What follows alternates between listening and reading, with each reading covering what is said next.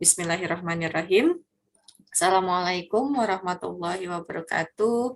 Om Swastiastu, Namo Buddhaya, Salam Kebajikan Rahayu. Selamat datang kami ucapkan pada koordinasi implementasi kurikulum Merdeka untuk pelaksana program Sekolah Penggerak Angkatan Pertama pada hari Rabu 20 April 2022 melalui tatap maya virtual Zoom meeting ini dan juga bisa disaksikan melalui live streaming YouTube Direktorat KSPSTK.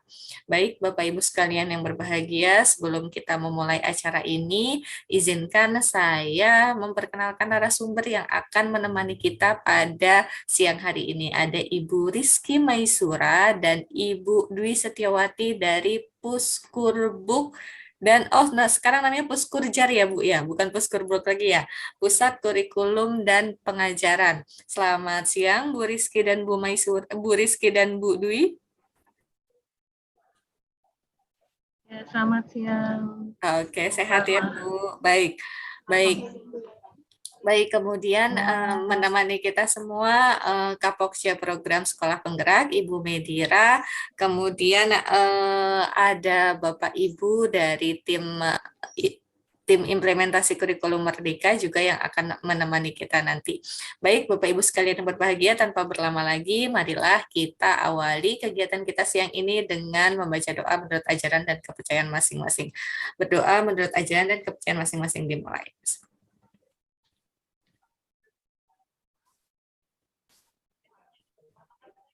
Amin, amin ya robbal alamin. Selanjutnya, marilah kita mendengarkan lagu kebangsaan Indonesia Raya. Hadirin dimohon untuk bersikap sempurna.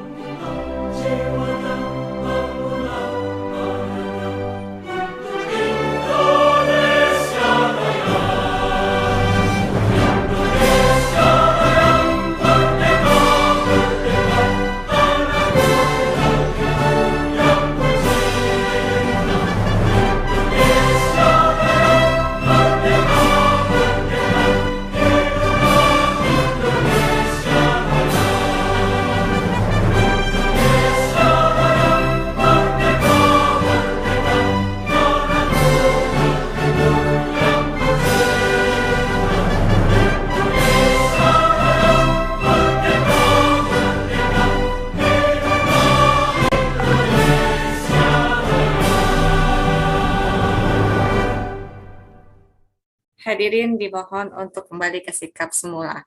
Baik, Bapak Ibu sekalian yang berbahagia, selanjutnya kita dengarkan arahan kebijakan sekaligus membuka diskusi kita pada siang hari ini. Yang terhormat Kapokja Sekolah Penggerak, Ibu Medira Ferayanti, kami persilahkan.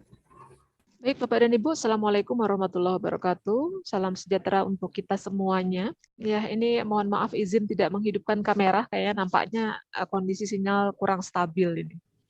Bapak dan Ibu, alhamdulillah puji dan syukur kepada Allah Subhanahu wa taala, ini kita bisa mengadakan webinar series ya yang akan selalu kita lakukan ketika kita menemukan hal-hal yang terkait kurikulum merdeka yang perlu penguatan, atau juga kita menemukan ada persepsi-persepsi yang mungkin bisa kita luruskan gitu pemahamannya. Nah, kegiatan ini dilakukan Bapak dan Ibu dalam rangka juga berdasarkan hasil evaluasi, refleksi, dan juga input dari rekan-rekan di lapangan bahwa kita perlu melakukan penguatan tadi atau meluruskan pemahaman. Jadi kalau topik yang diangkat itu terkait kewajiban bagi sekolah untuk mengembangkan perangkat kurikulum merdeka sendiri. Nah, apakah ini semua sekolah harus mengembangkan sendiri atau seperti apa? Nanti akan disampaikan oleh para narasumber ya. Ada Bu Dwi dan Bu Rizky di sini. Terima kasih Bu Dwi dan Bu Rizky sudah selalu membantu GTK dalam setiap webinar seriesnya ya. Ini kunci kita ini para narasumber-narasumber dari Beskap ya, Badan Standar Kurikulum Asesmen Pendidikan, ini tepatnya di Puskurjar ya, Mbak Bu Rizky dan Bu Dwi ya. Ini yang akan sering kita lakukan ya untuk webinar series.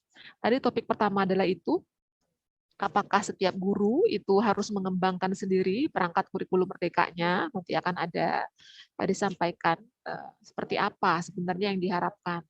Kemudian ini juga ramai pemilihan mata pelajaran di SMA ya, seperti apa gitu, pengurangan jam mapel, seni, sejarah, kemudian pemenuhan jam mengajar yang 24 jam, konversi dari P5, kemudian bagaimana mengembangkan komunitas belajar yang mendukung kurikulum merdeka. Kemudian juga di sini tentang masih banyak juga yang bingung ya, kesulitan tentang implementasi proyek penguatan profil pelajar Pancasila ini, khususnya di SD ini. Kemudian bagaimana mengajar secara diferensiasi, teaching at the right level. Kemudian juga masih ada juga kesulitan atau kebingungan terkait kurikulum operasional satuan pendidikan.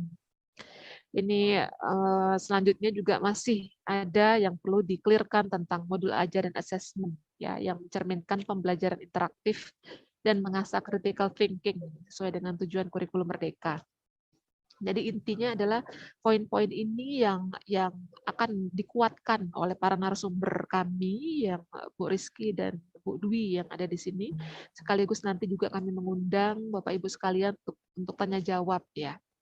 Nah, ini harapan kami para guru, kepala sekolah, kemudian pengawas, dan pelatih ahli FSP yang ada di sini, mudah-mudahan setelah mengikuti kegiatan ini bisa tercerahkan, ya, sehingga nanti bisa digunakan untuk meningkatkan kualitas implementasi dari kurikulum merdeka di satuan pendidikan masing-masing. Mengikuti acara webinar ini yang hanya dilakukan dalam waktu 2 jam, Bapak Ibu, secara serius ya, dan tidak disambi-sambi sambil masak atau sambil apa ya Bapak Ibu. Ini mudah-mudahan fokus ya dan serius ya Bapak Ibu. Mungkin itu saja yang bisa kami sampaikan. Sekali lagi terus semangat untuk belajar Bapak Ibu. Salam sehat, salam bahagia selalu. Dan dengan mengucapkan basmalah, bismillahirrahmanirrahim, kegiatan webinar series ini dengan resmi dibuka. Terima kasih. Akhirul kalam kami akhiri. Wabillahi taufiq wal hidayah. Wassalamualaikum warahmatullahi wabarakatuh. Salam sejahtera untuk kita semuanya. Saya serahkan lagi kepada Mbak Alma. Waalaikumsalam warahmatullahi wabarakatuh. Terima kasih Ibu Medira atas arahan serta semangatnya kepada kita semua untuk mengimplementasikan kurikulum merdeka. Semoga sehat dan semangat selalu untuk Ibu. Sekali lagi terima kasih. Baik, Bapak Ibu sekalian yang berbahagia, tadi kita sudah dengarkan arahan serta motivasi dari Kapokcia Program Sekolah Penggerak Ibu Medira dan menerangkan bagaimana isu-isu yang berkembang tentang kurikulum merdeka, kemudian hal-hal apa yang perlu dipecahkan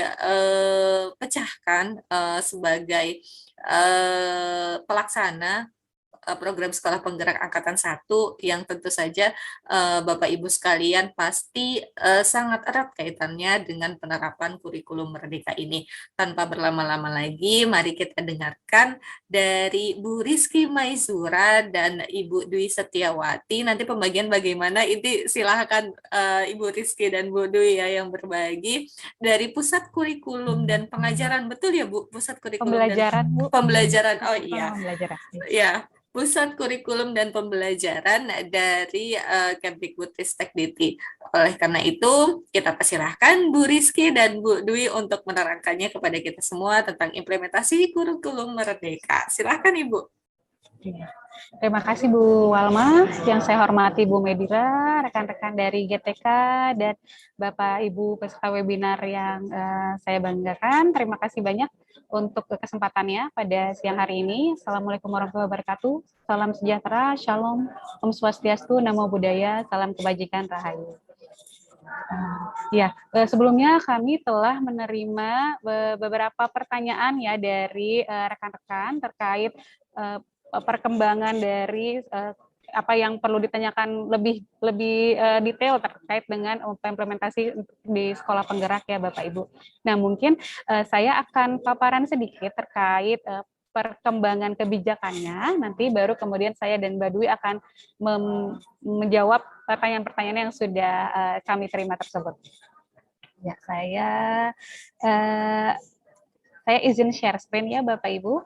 Ya, jadi Bapak Ibu saya akan menyampaikan dulu secara general gitu ya perkembangan kebijakan dari Bapak Ibu dari Satuan Pendidikan selaku sekolah penggerak yang telah melaksanakan pertama kali sebagai pionirnya nih yang melaksanakan kurikulum merdeka. Jadi sekarang kita memang sudah ada nama resmi.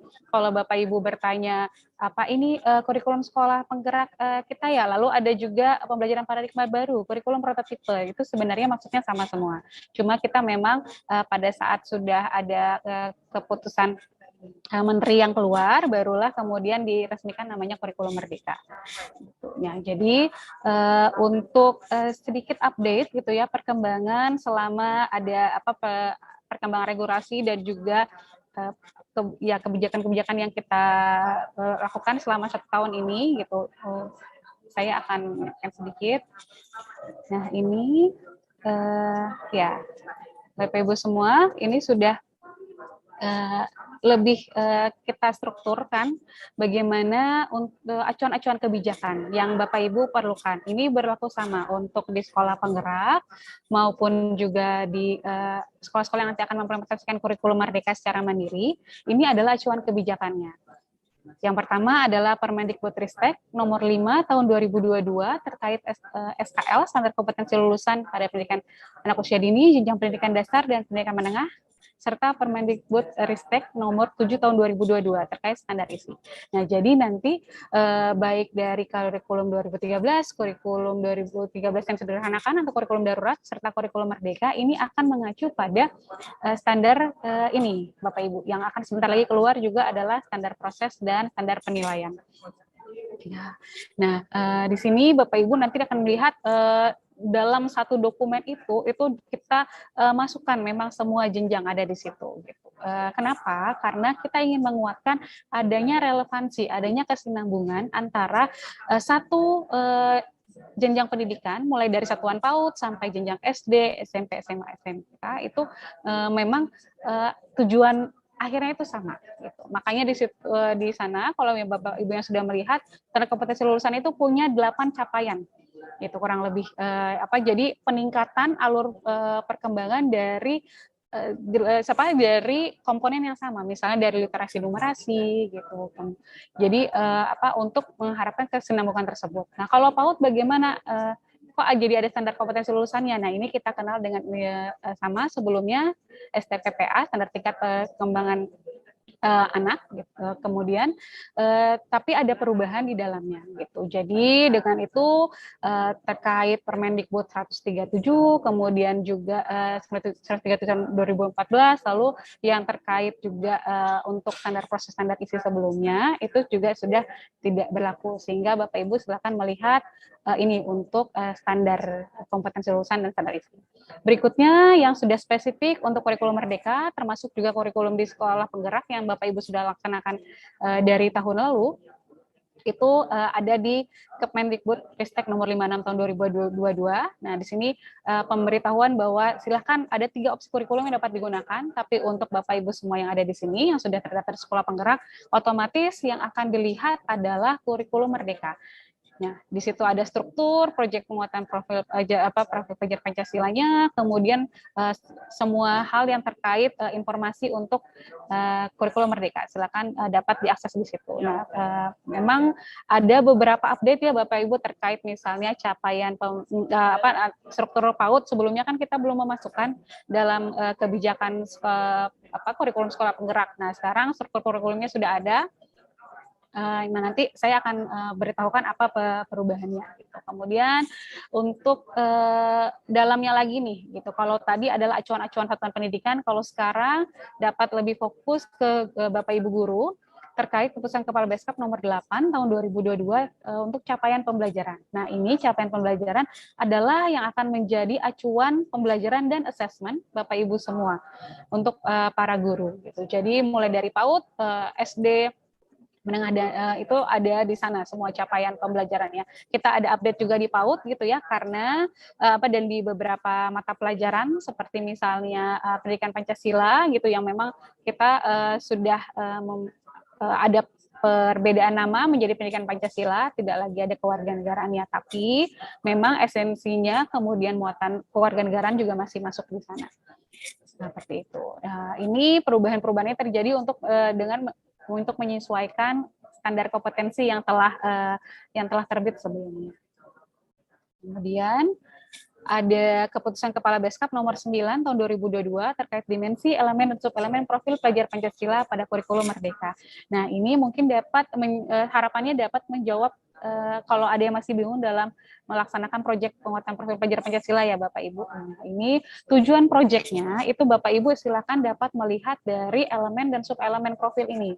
Gitu. Jadi misalnya ketika SMP Bapak Ibu akan melaksanakan proyek gitu, silakan kira-kira dimensi, elemen dan subelemen mana yang mau dikuatkan, yang mau digali lebih lanjut. Nah, lalu lihat di fase D-nya, apa isi dari elemen dan subelemen profil pelajar Pancasila yang diharapkan di sana. Nah, itu adalah acuan untuk tujuan proyeknya. Nah, jadi mohon dapat mempelajari lagi terkait 5 peraturan ini ya Bapak Ibu. Nah, ini tadi saya akan membahas yang perbedaan yang cukup signifikannya adalah ketika struktur di kurikulum di PAUD itu sudah lebih diperjelas ya dibanding sebelumnya, yaitu dia memang mirip dengan KKK-nya, ada pembelajaran intrakurikuler dan proyek penguatan profil pelajar Pancasila. Pembelajaran intrakurikuler di sini maksudnya apa? Yaitu pembelajaran yang mengacu pada capaian pembelajaran. Jadi kalau sebelumnya ada sosialisasinya itu pembelajaran intrakurikuler dan proyek muatan profil pelajar Pancasila itu diintegrasi, sekarang kita akan lebih jelas gitu. Kita harapkan ini lebih jelas kegiatan pembelajaran yang dilakukan untuk kegiatan intrakurikulernya mencapai CP, tapi ada juga kegiatan yang memang sudah alokasikan oleh satuan pendidikan untuk proyek muatan profil pelajar Pancasilanya. Jadi temanya masih sama, 4 diambil,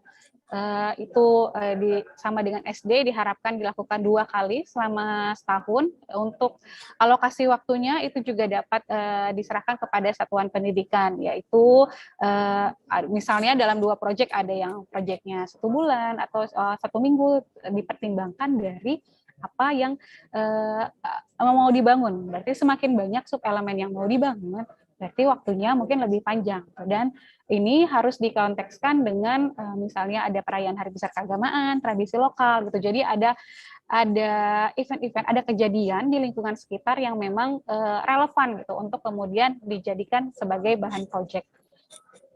Gitu. Jadi mohon nanti dalam menerapkan waktu proyeknya itu tidak terlalu sebentar juga, misalnya seperti akan tidak realistis jika melaksanakan proyek selama 1 hari gitu ya, untuk membangun kemampuan misalnya peduli pada lingkungan gitu. Itu kan jadinya tidak realistis ya Bapak Ibu. Jadi berikan waktu yang cukup gitu, tapi juga tidak terlalu lama sehingga nanti pada guru tidak bingung ketika mengatur kegiatan untuk intrakurikuler yang mengacu pada capaian pembelajaran. Nah, ini untuk PAUD-nya, saya perjelas saja lagi sedikit, yaitu juga ada perubahan yang cukup signifikan pada saat disosialisasi, itu kita mengajukan penambahan jam. Nah, ini dari feedback yang kami dapatkan sebelumnya juga terkait beban mengajar guru gitu ya. Kemudian ini ditetapkan pada Kepmen di nomor 56 itu bahwa jam mengajar guru atau jam belajarnya peserta didik anak di sana itu masih sama dengan K13, yaitu paling sedikit 900 menit per minggu. Ya, Bapak Ibu, jadi jamnya masih sama, jadi tidak ada penambahan. Gitu. Lalu struktur kegiatan pembelajarannya tadi silakan mengacu dari CP, dan juga ada kegiatan proyek yang dipisahkan dari capaian pembelajaran tadi. Jadi jelas ketika dalam setahun nanti membuat kurikulum operasional itu ada tujuan-tujuan pembelajaran yang dibuat mengacu pada capaian pembelajaran. lalu alokasi dan serta organisasi pembelajarannya bagaimana. Lalu juga jelas ada proyek penguatan profil pelajar Pancasilanya yang minimal 2 tema ini dikembangkan. Ya, lalu ada yang seperti sudah diketahui penetapan tujuan pembelajarannya dan penguatan literasi dan numerasinya. Nah, ini mohon nanti dapat mengecek kembali capaian pembelajarannya. Oke. Nah, selama setahun ini kurang lebih yang kemudian ada perkembangan kebijakan kurikulumnya yaitu terkait komponen di dalam kurikulum operasional satuan pendidikan. Jadi Bapak Ibu setelah dari feedback yang kami dapat dari para Bapak Ibu di sekolah penggerak, itu kemudian dari seluruh pihak, ada perkembangan yang kami lakukan dalam panduan-panduan kami gitu yang harapannya dapat lebih menjawab dan memudahkan Bapak Ibu dalam memahami panduan-panduan ini. Jadi nanti di awal Mei gitu ya mungkin akan keluar panduan-panduan update dari yang sebelumnya gitu. Itu harapannya dapat menjawab pertanyaan-pertanyaan yang masih dibingungkan oleh Bapak Ibu guru. Nah, untuk kurikulum operasional satuan pendidikan kita juga menyederhanakan itu komponennya jadi karakteristik, visi, misi, dan tujuan satuan pendidikan, pengorganisasian pembelajaran, perencanaan pembelajaran, pendampingan, evaluasi, dan pengembangan profesional. Jadi 4 komponen ini yang diharapkan muncul di kurikulum operasional. Nah, kalau misalnya tadi juga seperti yang Bu Medira katakan gitu kan ya ada feedback bahwa ini masih sulit dibuat gitu kosnya. Nah, harapannya dari yang update ini dapat lebih mudah dan juga kita menyederhanakan komponen-komponennya gitu. Tapi juga ini semua berproses ya Bapak Ibu gitu. Tidak harus langsung misalnya jadi satu dokumen kos yang bagus sekali sesuai dengan yang diharapkan oleh kementerian gitu. Tapi kita berproses semuanya kita sama-sama nanti saling bertanya, saling diskusi kira-kira seperti apa sih yang diharapkan komponen kosnya dan juga silakan masih boleh untuk mencontoh dari contoh yang sudah ada. Tahun ini juga kita akan membuat contoh-contoh yang baru terkait kosnya itu nanti bisa menjadi referensi Bapak Ibu semua. Lalu untuk perencanaan pembelajaran atau RPP atau modul ajar, nah itu kita samakan ya Bapak Ibu, maksudnya di situ adalah perencanaan pembelajaran. Nah di sini komponen minimalnya gitu ya, yang kita harapkan ada itu ada tujuan pembelajarannya, proses kegiatan, serta bentuk asesmennya seperti apa. Jadi minimal sekali ketika merencanakan pembelajaran gitu, itu tolong ada tiga hal ini gitu yang dielaborasi oleh guru. Lalu untuk proyek penguatan profil pelajar Pancasila, pada panduannya ada updating terkait pelaporan hasil asesmennya. Itu yang tadinya ada fokus pada dimensinya, ini kita langsung fokus pada subelemen dari dimensi tersebut. Jadi misalnya pada saat untuk mengembangkan dimensi mandiri gitu ya, yang ingin dikuatkan itu adalah elemen misalnya penetapan strategi tujuannya saja gitu ya, lalu masalah resiliensi. Nah itu silakan ambil bagaimana perkembangan progres proyeknya anak berdasarkan deskripsi di profilnya. Gitu. Kemudian untuk pemilihan mata pelajaran saya yakin juga masih banyak pertanyaan gitu ya. Updating dari kita adalah 4-5 mata pelajaran ini gitu ya dipilih oleh peserta didik. Kalau sebelumnya itu ada saran untuk rumpun tertentu itu dipilih maksimal 2, sekarang kita memang bebaskan mau anak peserta didiknya ini mau mengambil semuanya misalnya dari rumpun IPS, dari rumpun IPA itu kita juga bebaskan gitu. Nah tapi memang untuk bagaimana seleksi ke perguruan tinggi itu kita masih sampai sekarang mohon maaf Bapak Bu itu dalam diskusi dengan RTMPT gitu. Jadi akan setelah sudah fix ini kita akan keluarkan bagaimana informasinya gitu, dan kemungkinan sih gitu nanti seleksinya ini akan terkait masuknya perguruan tinggi. Kalau dari segi eligibilitas itu tidak masalah ya Bapak Ibu, tapi mungkin kalau dari konten nanti ada kemungkinan 2 mata pelajaran pilihan itu yang akan dijadikan konten untuk masuk soal perguruan tingginya gitu. Tapi nanti kita akan memberikan informasi yang lebih jelas itu dalam bentuk dokumen. Ya. Nah, ini Bapak Ibu mungkin sudah sudah mulai mengakses semua, jadi mohon diberdayakan sekali untuk situs buku.kemdikbud.go.id-nya. Kemudian terkait tadi 5 regulasi yang tadi saya sebutkan, bisa dilihat di kurikulum.kemdikbud.go.id.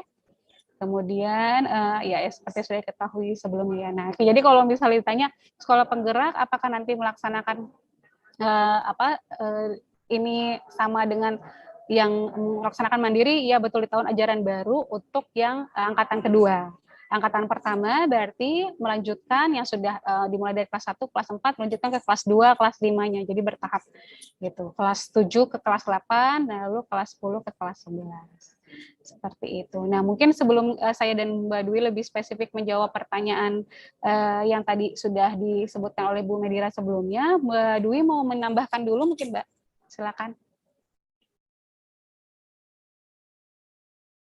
Ya, saya izin stop share. Ya, baik. Mungkin sedikit terkait proyek ya. Ada perubahan-perubahan apa saja yang ada di dalam proyek, izin Bapak Ibu untuk menyampaikan. Sebenarnya saat ini memang kita sedang memperbaiki setiap panduan yang sudah kita kembangkan tahun lalu, disesuaikan dengan regulasi yang ada. Jadi tadi yang sudah disebutkan, apa saja regulasi-regulasi yang ada di sana. Kemudian kita juga tekankan lagi peran pemangku kepentingan dalam setiap aktivitas pembelajaran, baik di intra maupun ekstra. Jadi perannya masing-masing itu seperti apa, itu sudah akan dimuat dalam panduan, itu tambahan-tambahan yang ada di dalam panduan. Kemudian tadi terkait komponen modul ajar maupun modul proyek yang awalnya memang sangat kompleks, itu kita sederhanakan lagi, disesuaikan lagi dengan Kepmen yang hanya ada 3 komponen utama, yaitu tujuan, aktivitas, dan asesmennya seperti apa, itu saja. Dan sehingga kita buat contohnya yang lebih sederhana, namun jika Bapak Ibu ingin mengembangkan yang lebih kompleks lagi, yang lebih rigid lagi, informasi-informasi dalam modul ataupun proyek tersebut, itu sangat dimungkinkan. Jadi yang dari kita, contohnya ataupun prinsip-prinsipnya itu yang sangat sederhana sekali, sehingga diharapkan bisa diaplikasikan di seluruh Indonesia. Itu saja sih tambahan dari saya, tidak ada paparan yang bisa disampaikan, mungkin bisa langsung lanjut ke poin-poin pertanyaan tadi gitu ya. Saya kembalikan ke tim. Terima kasih.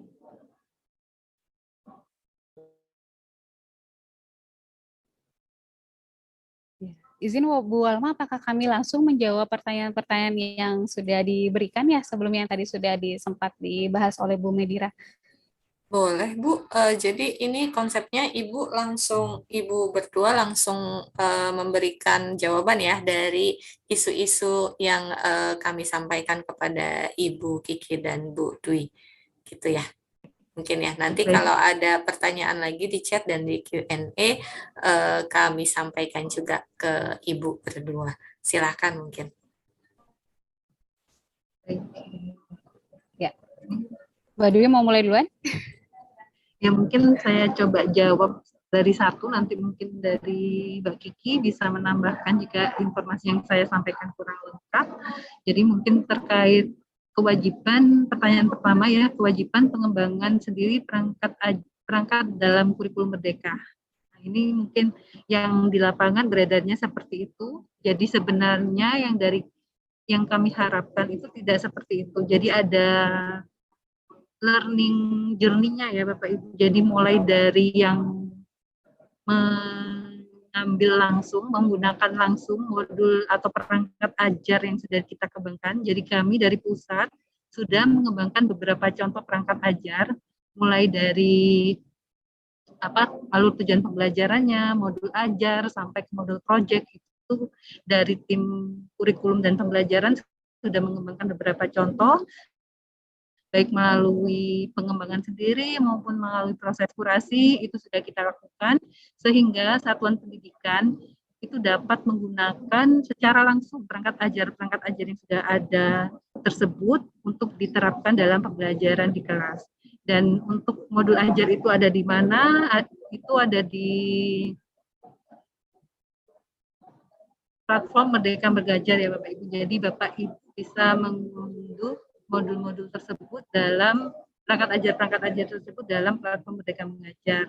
Jadi learning journey-nya itu dari mulai menggunakan yang sudah ada, kemudian berikutnya mengadopsi dari contoh-contoh yang ada, dan yang terakhirnya diharapkan Bapak Ibu memang bisa mengembangkan sendiri. Tapi jadi tidak harus ujuk-ujuk mengembangkan sendiri, tapi ketika belum mampu untuk mengembangkan sendiri, maka diperbolehkan untuk menggunakan langsung dari contoh yang sudah kita buat.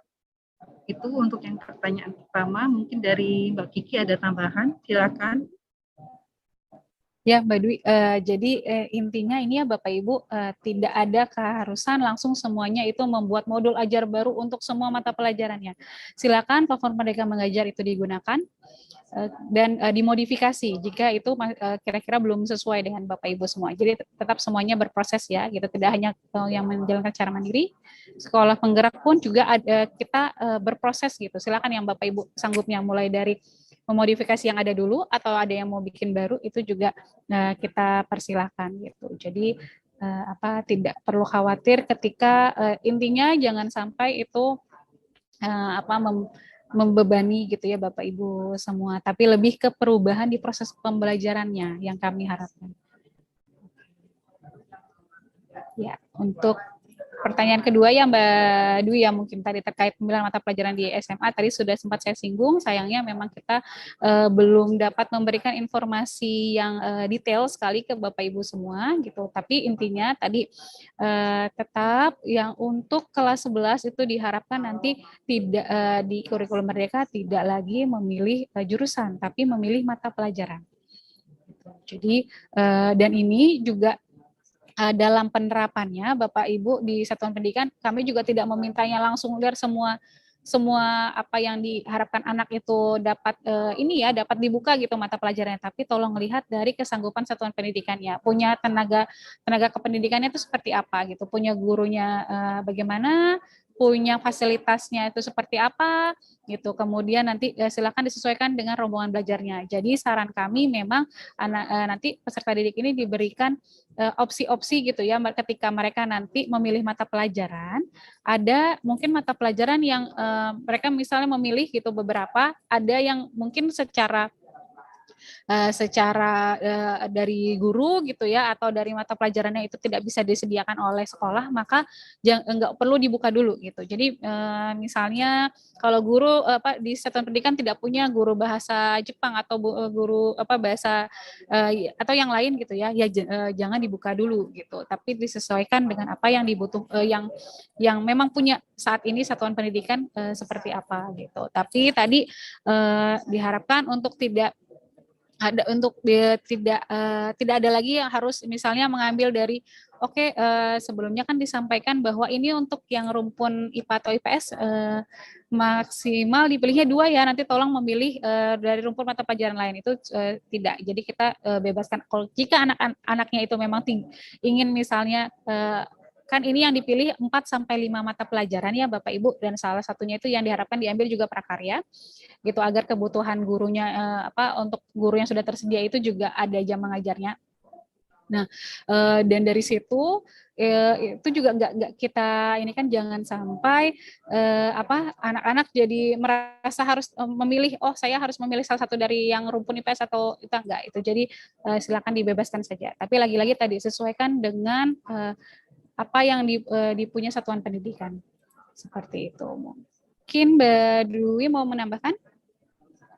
Ya, mungkin sedikit ya Bapak Ibu terkait pemilihan mata pelajaran di SMA itu seperti apa. Tadi sesuai yang disampaikan Mbak Rizky, memang 4-5 mata pelajaran yang bisa dipilih dari rumpun apapun, dan tidak harus semua rumpun itu dipilih, bisa saja dari satu rumpun. Namun untuk lebih jelasnya nanti akan kita terbitkan Kepmen, saat ini masih dalam pembahasan, sehingga untuk tahun ajaran baru, nanti sebelum tahun ajaran baru diharapkan Kepmen tersebut sudah bisa diterbitkan, untuk menjadi rujukan Bapak Ibu dalam membimbing siswanya dalam melakukan pemilihan mata pelajaran di SMA. Itu saja informasi tambahannya. Terima kasih. Mungkin lanjut ke pertanyaan berikutnya ya, Mbak Kiki, terkait pengurangan jam mapel seni dan sejarah. Informasi pengurangan jam mapel ini sebenarnya tidak ada ya Bapak Ibu. Jadi jumlah jam pelajarannya dari kurikulum sebelumnya pun masih sama antara seni dan untuk mapel seni dan sejarah. Hanya saja memang untuk mapel seni itu jadi pilihan ya, ada seni tari, seni musik, seni teater, dibagi ke dalam 4 pilihan tersebut, namun untuk alokasi waktu jam totalnya masih sama. Dan untuk seni apa yang bisa dipilih itu juga tergantung dengan kesiapan satuan pendidikan dari sarana prasarana, gurunya yang mampu mata pelajaran tersebut. Jadi pilihan itu yang menentukan adalah satuan pendidikan itu sendiri untuk seni ya Bapak Ibu. Tidak harus keempat seni itu semuanya diajarkan di satuan pendidikan tersebut. Tapi misalkan ternyata di SD itu hanya ada guru seni tari dengan seni musik, berarti opsinya dua mapel seni tersebut. Dan untuk jamnya tidak ada pengurangan di jam pelajaran. Itu saja, mungkin dari Mbak Kiki ada yang ditambahkan? Ya, cukup Mbak Dwi sepertinya, tapi ini mungkin nanti kita juga akan membahas pertanyaan-pertanyaan yang ada di chat sama kolom question and answer ya Mbak Dwi ya. Ini sepertinya cukup akan ramai terkait pemilihan mata pelajaran. Nanti mungkin setelah kami go through pertanyaan-pertanyaan yang sudah diberikan, kita akan fokus balik lagi ke pemilihan mata pelajaran ya Bapak Ibu. Oke, pertanyaan selanjutnya itu terkait pemenuhan jam 24 jam mengajar guru dan konversi jam proyek muatan profil pelajar Pancasila.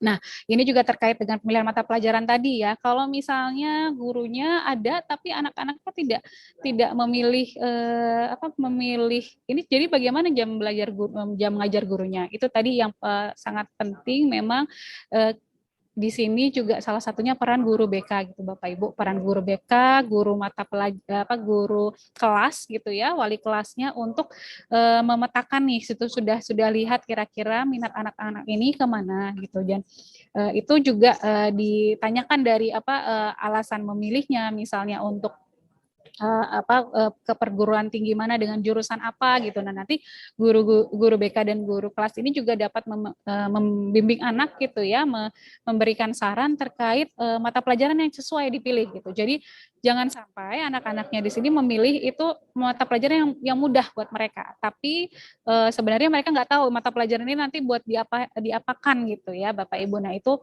sangat perlu bimbingan di situ, bagaimana untuk anak dapat secara bijak memilih mata pelajaran ini gitu. Nah, lalu untuk bagaimana nanti kalaupun ini masih tetap aja ada yang menumpuk di salah satu mata pelajaran, tetap itu tadi ya Bapak Ibu dibatasi kalau gitu. Satuan pendidikannya misalnya untuk kalau misalnya ada penumpukan, biasanya nih kita kemarin sudah melakukan survei cepat, itu biasanya yang banyak di IPS itu ekonomi, atau kalau di IPA itu biologi gitu banyaknya. Nah, ini Bapak Ibu sesuaikan dengan ya yang dipunya itu sumber dayanya berapa di sana gitu. Jadi ketika nanti ada penumpukan rombongan belajarnya, berarti perlu ada tadi pengalihan gitu kan, yang sama-sama kompromi antara satuan pendidikan dan peserta didiknya. Mereka minatnya tetap terpenuhi, tapi juga tidak sekolah dapat mengakomodir itu gitu. Lalu untuk guru yang jam belajarnya berkurang itu jam mengajarnya berkurang, mohon maaf, silakan dilihat di Kemendikbudristek nomor 56 di halaman 81, itu terkait dengan beban kerja guru gitu ya Bapak Ibu. Ini saya izin, mungkin lebih enak kita share screen ya Bapak Ibu semua. Ya, di halaman 81 semoga sudah terlihat. Saya akan ke halaman 81.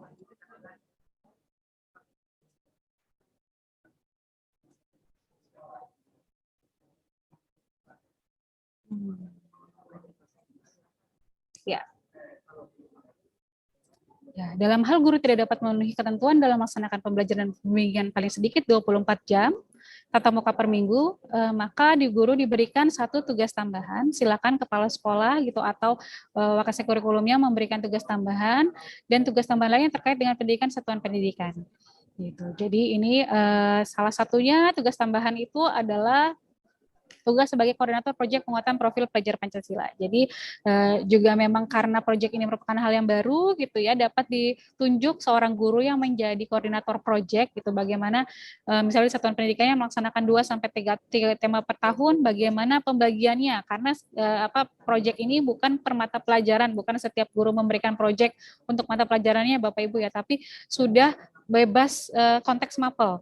Yang dilihat itu adalah tema besarnya. Tema besarnya misalnya gaya hidup berkelanjutan, gitu, kearifan lokal. Nah, kira-kira guru mapel mana saja yang cocok tergabung berkolaborasi dalam satu tema tersebut.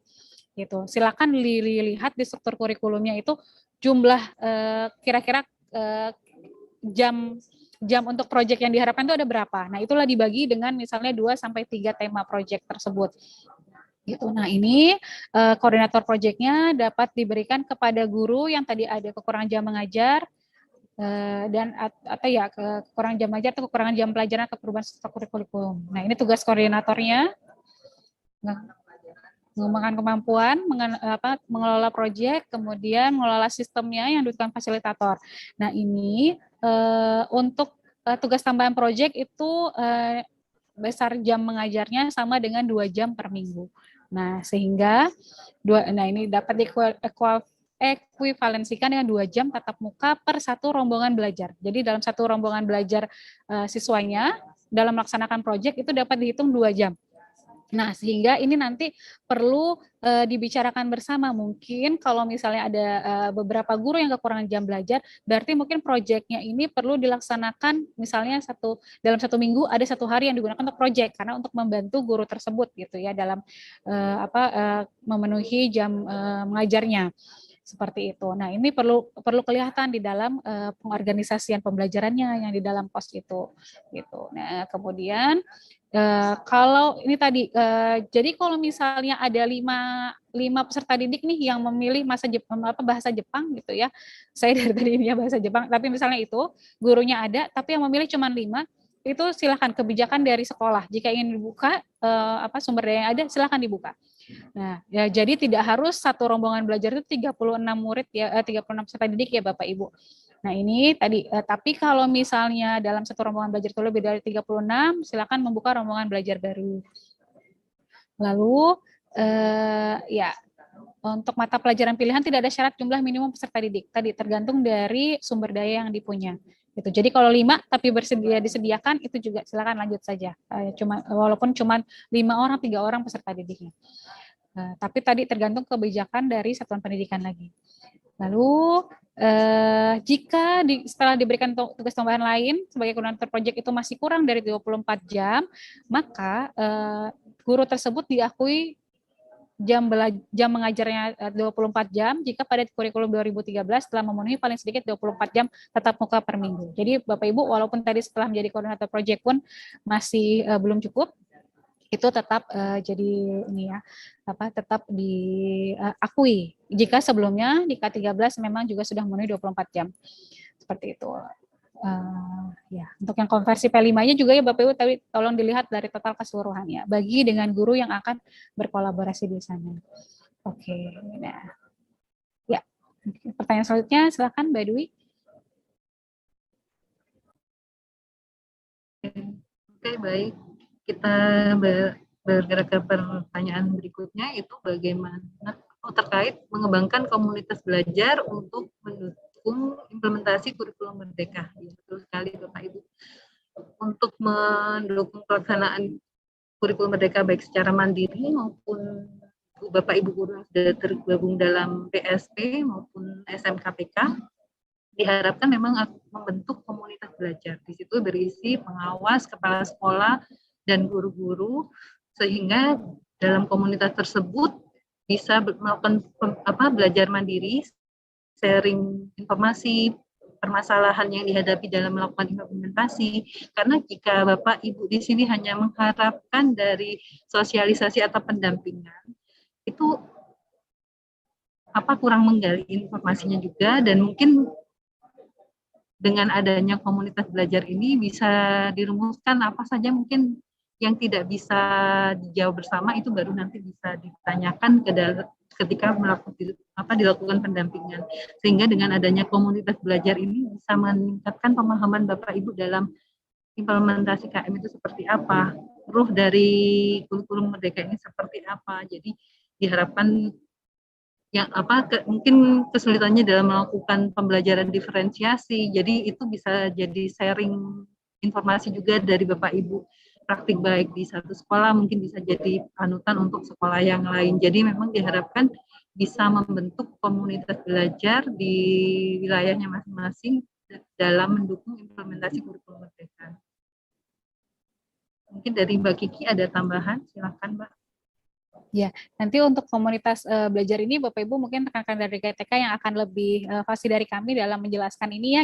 Jadi pastinya pendampingan yang intensif itu terus dilakukan untuk sekolah penggerak gitu. Jadi nanti silakan terus mengikuti program-program atau kegiatan-kegiatan yang diberikan oleh teman-teman di sini, dan kami juga insya Allah dari Peskap juga siap ketika ada memang pertanyaan-pertanyaan atau diskusi bedah terkait esensi kurikulum substansi kurikulum Merdeka yang ingin ditanyakan lebih lanjut. Ya, oke. Selanjutnya ada juga yang menanyakan tentang program sekolah penggerak KM. Apakah sudah diimplementasikan? Ya pastinya. Jika untuk di angkatan pertama Bapak Ibu ini semua adalah sebagai pionirnya, maka yang dilanjutkan selanjutnya tadi sebagai yang sudah saya sampaikan, lanjut berarti mulai di kelas 2 SD-nya, kelas 5 SD-nya, kelas kalau yang sudah di kelas 7 berarti tahun ajaran baru akan mulai di kelas 8, yang nanti untuk kelas 10 akan lanjut di kelas 11. Nah, nanti memang ini kami sedang usahakan secepatnya untuk yang pemilihan terkait mata pelajaran dan ke perguruan tingginya itu segera ada ini informasi lebih detailnya ya Bapak Ibu gitu untuk membantu implementasi gitu. Tapi yang kami juga sudah sepakat, maksudnya yang sudah kami dapatkan dari perguruan tinggi juga bahwa intinya sekolah penggerak ini baik guru maupun peserta didiknya itu memang tidak akan ada kerugian dari apa yang melaksanakan kurikulum lain ya, sekolah penggerak itu tidak akan ada kerugian dibandingkan yang melaksanakan kurikulum 2013. Nah, lalu untuk untuk mandiri itu nanti juga akan berjalan gitu ya di semester baru gitu, di tahun ajaran baru. Kemudian kalau tadi menerapkan pilihan ada pertanyaan juga terkait kurikulum mandiri ya gitu, di levelnya di mana? Kalau sekarang sekolah penggerak itu levelnya di mandiri mana gitu. Sebenarnya Bapak Ibu semua itu juga harapannya ya pasti sudah di mandiri berubah dan berbagi ya Bapak Ibu, tidak ada yang mandiri belajar karena pasti harus sudah menerapkan kurikulum Merdeka. Tapi tadi seperti Mbak Dwi katakan sudah ada prosesnya juga ke sana. Jika memang cost-nya juga masih melihat pakai yang contoh atau disesuaikan sedikit saja, pakai modul ajarnya sudah ada di modifikasi sedikit tidak apa-apa, silakan. Tapi kalau misalnya memang ingin buat yang lebih bagus lagi, yang lebih ideal lagi menurut Satuan Pendidikan Bapak Ibu itu juga silakan. Tapi tadi bertahap aja, jangan khawatir untuk udah harus bikin ini harus bikin tuh ya, sedikit demi sedikit ya Bapak Ibu dimulai. Kemudian ya mungkin pertanyaan selanjutnya bisa dilanjutkan Mbak Dwi. Baik, terima kasih Mbak Kiki. Ini pertanyaan selanjutnya terkait sekolah masih kesulitan dengan implementasi proyek profil pelajar Pancasila di SD. Ini sebenarnya saya balik bertanya ya, kesulitannya pada bagian mananya? Gitu. Apakah dalam penentuan temanya untuk masing-masing jenjang, ataukah dalam organisasinya? Itu mungkin yang perlu pertanyaan. Cuman saya jelaskan sedikit terkait misalkan untuk tema-temanya alur, bukan tema ya, maksudnya degradasi kesulitan dari tiap-tiap tema itu seperti apa, itu nanti akan kita berikan contohnya Bapak Ibu. Jadi di dalam panduan yang kita susun itu misalkan tema gaya hidup berkelanjutan di fase A itu bisa seperti apa. Dia untuk fase A mungkin cukup sampai membuat sistem pembuangan dan pemilahan sampah misalkan. Tapi ketika dia beranjak ke fase B, itu mungkin tuntutannya agak lebih naik sedikit, di mana siswa diminta untuk membuat infografis, hasil survei, atau ya hasil survei terkait bagaimana mereka membiasakan dalam membuang sampah dan memilah sampah. Jadi ada tahapan-tahapan, nggak harus. Jadi ketika fase A itu mampunya di mana, fase B mampunya di mana, itu nanti akan ada penjelasan lebih lanjut dalam panduan. Dan untuk mengorganisasikan waktunya pun sudah didetailkan di sana, terutama kan di SD itu masih guru kelas ya, jadi memang mungkin pengampunya untuk yang di pengorganisasi yang mengorganisasikan ya guru kelas tersebut, tapi berkolaborasi dengan guru mapel di masing-masing kelas, di masing-masing mata pelajaran tersebut. Kemudian seperti yang awal juga, kalau contoh-contoh yang kita bikin diharapkannya sih diadaptasi karena disesuaikan dengan kebutuhan peserta didik, lingkungan, dan sarana prasarana yang ada di satuan pendidikan tersebut. Jadi sebenarnya kita balik bertanya sih susahnya itu di mananya, karena secara teknis pengorganisasian sampai ke pelaksanaan proyeknya sampai asesmen proyeknya itu sudah benar-benar rinci dijelaskan dalam panduan. Jadi mungkin perlu nanti masukan apa yang perlu kita clearkan di bagian mananya, itu sih dari kita butuh input di sana yang kurang jelas itu pada bagian mananya, sehingga Bapak Ibu di sini masih merasa kesulitan dalam mengimplementasikan proyek penguatan profil pelajar Pancasila. Dari Mbak Kiki ada tambahan? Ya, terima kasih Mbak Dwi. Bapak Ibu, tadi lagi-lagi intinya ini berproses ya. Yang penting adalah tadi pengalaman belajar yang diberikan ke peserta didik. Pertama, dia tidak terkait dengan konteks mata pelajaran. Saya mungkin bisa kasih tahu apa yang proyek, apa yang bukan gitu ya. Apa proyek penguatan pelajaran Pancasila, apa yang bukan. Yang bukan itu adalah mengambil konten dari mata pelajaran tertentu gitu ya. Itu bukan. Jadi tidak harus ada misalnya dalam proyek untuk kerekayasaan dan teknologi itu ada harus anak-anak bisa di situ ada soal mengali berbagi, itu tidak. Tapi memang yang kira-kira isu di sekitar anak-anak gitu, sekitar peserta didik kita itu yang dapat dibantu dipecahkan dengan pengetahuan serta kemampuan di bidang-bidang yang terkait, misalnya matematikanya, tadi bahasa Indonesianya gitu. Yang bukan juga apa? Yang bukan ketika proyek kemudian guru menanyakan ke murid, apakah karakter Pancasila yang sudah kamu punyai gitu, apa saja profil pelajar Pancasila yang sudah kamu punyai, itu bukan proyek, Bapak Ibu. Jadi proyek ini mohon selain nanti melihat buku panduan kita, itu Bapak Ibu dapat mempelajari terkait pembelajaran berbasis proyek. Nah, di situ kan ada proses belajar mulai dari mencari isu, kemudian juga menetapkan apa yang akan dipelajari anak lebih lanjut gitu. Kemudian mereka mencari informasi, kemudian dari informasi itu dipilih mana yang benar, mana yang tepat untuk anak tersebut gitu, dan adanya kebervariasian antara apa yang boleh dihasilkan oleh satu anak dengan hasil lain dengan anak lainnya gitu ya. Jadi tidak harus nanti hasilnya sama semua gitu. Tapi yang sama itu adalah tujuan proyeknya.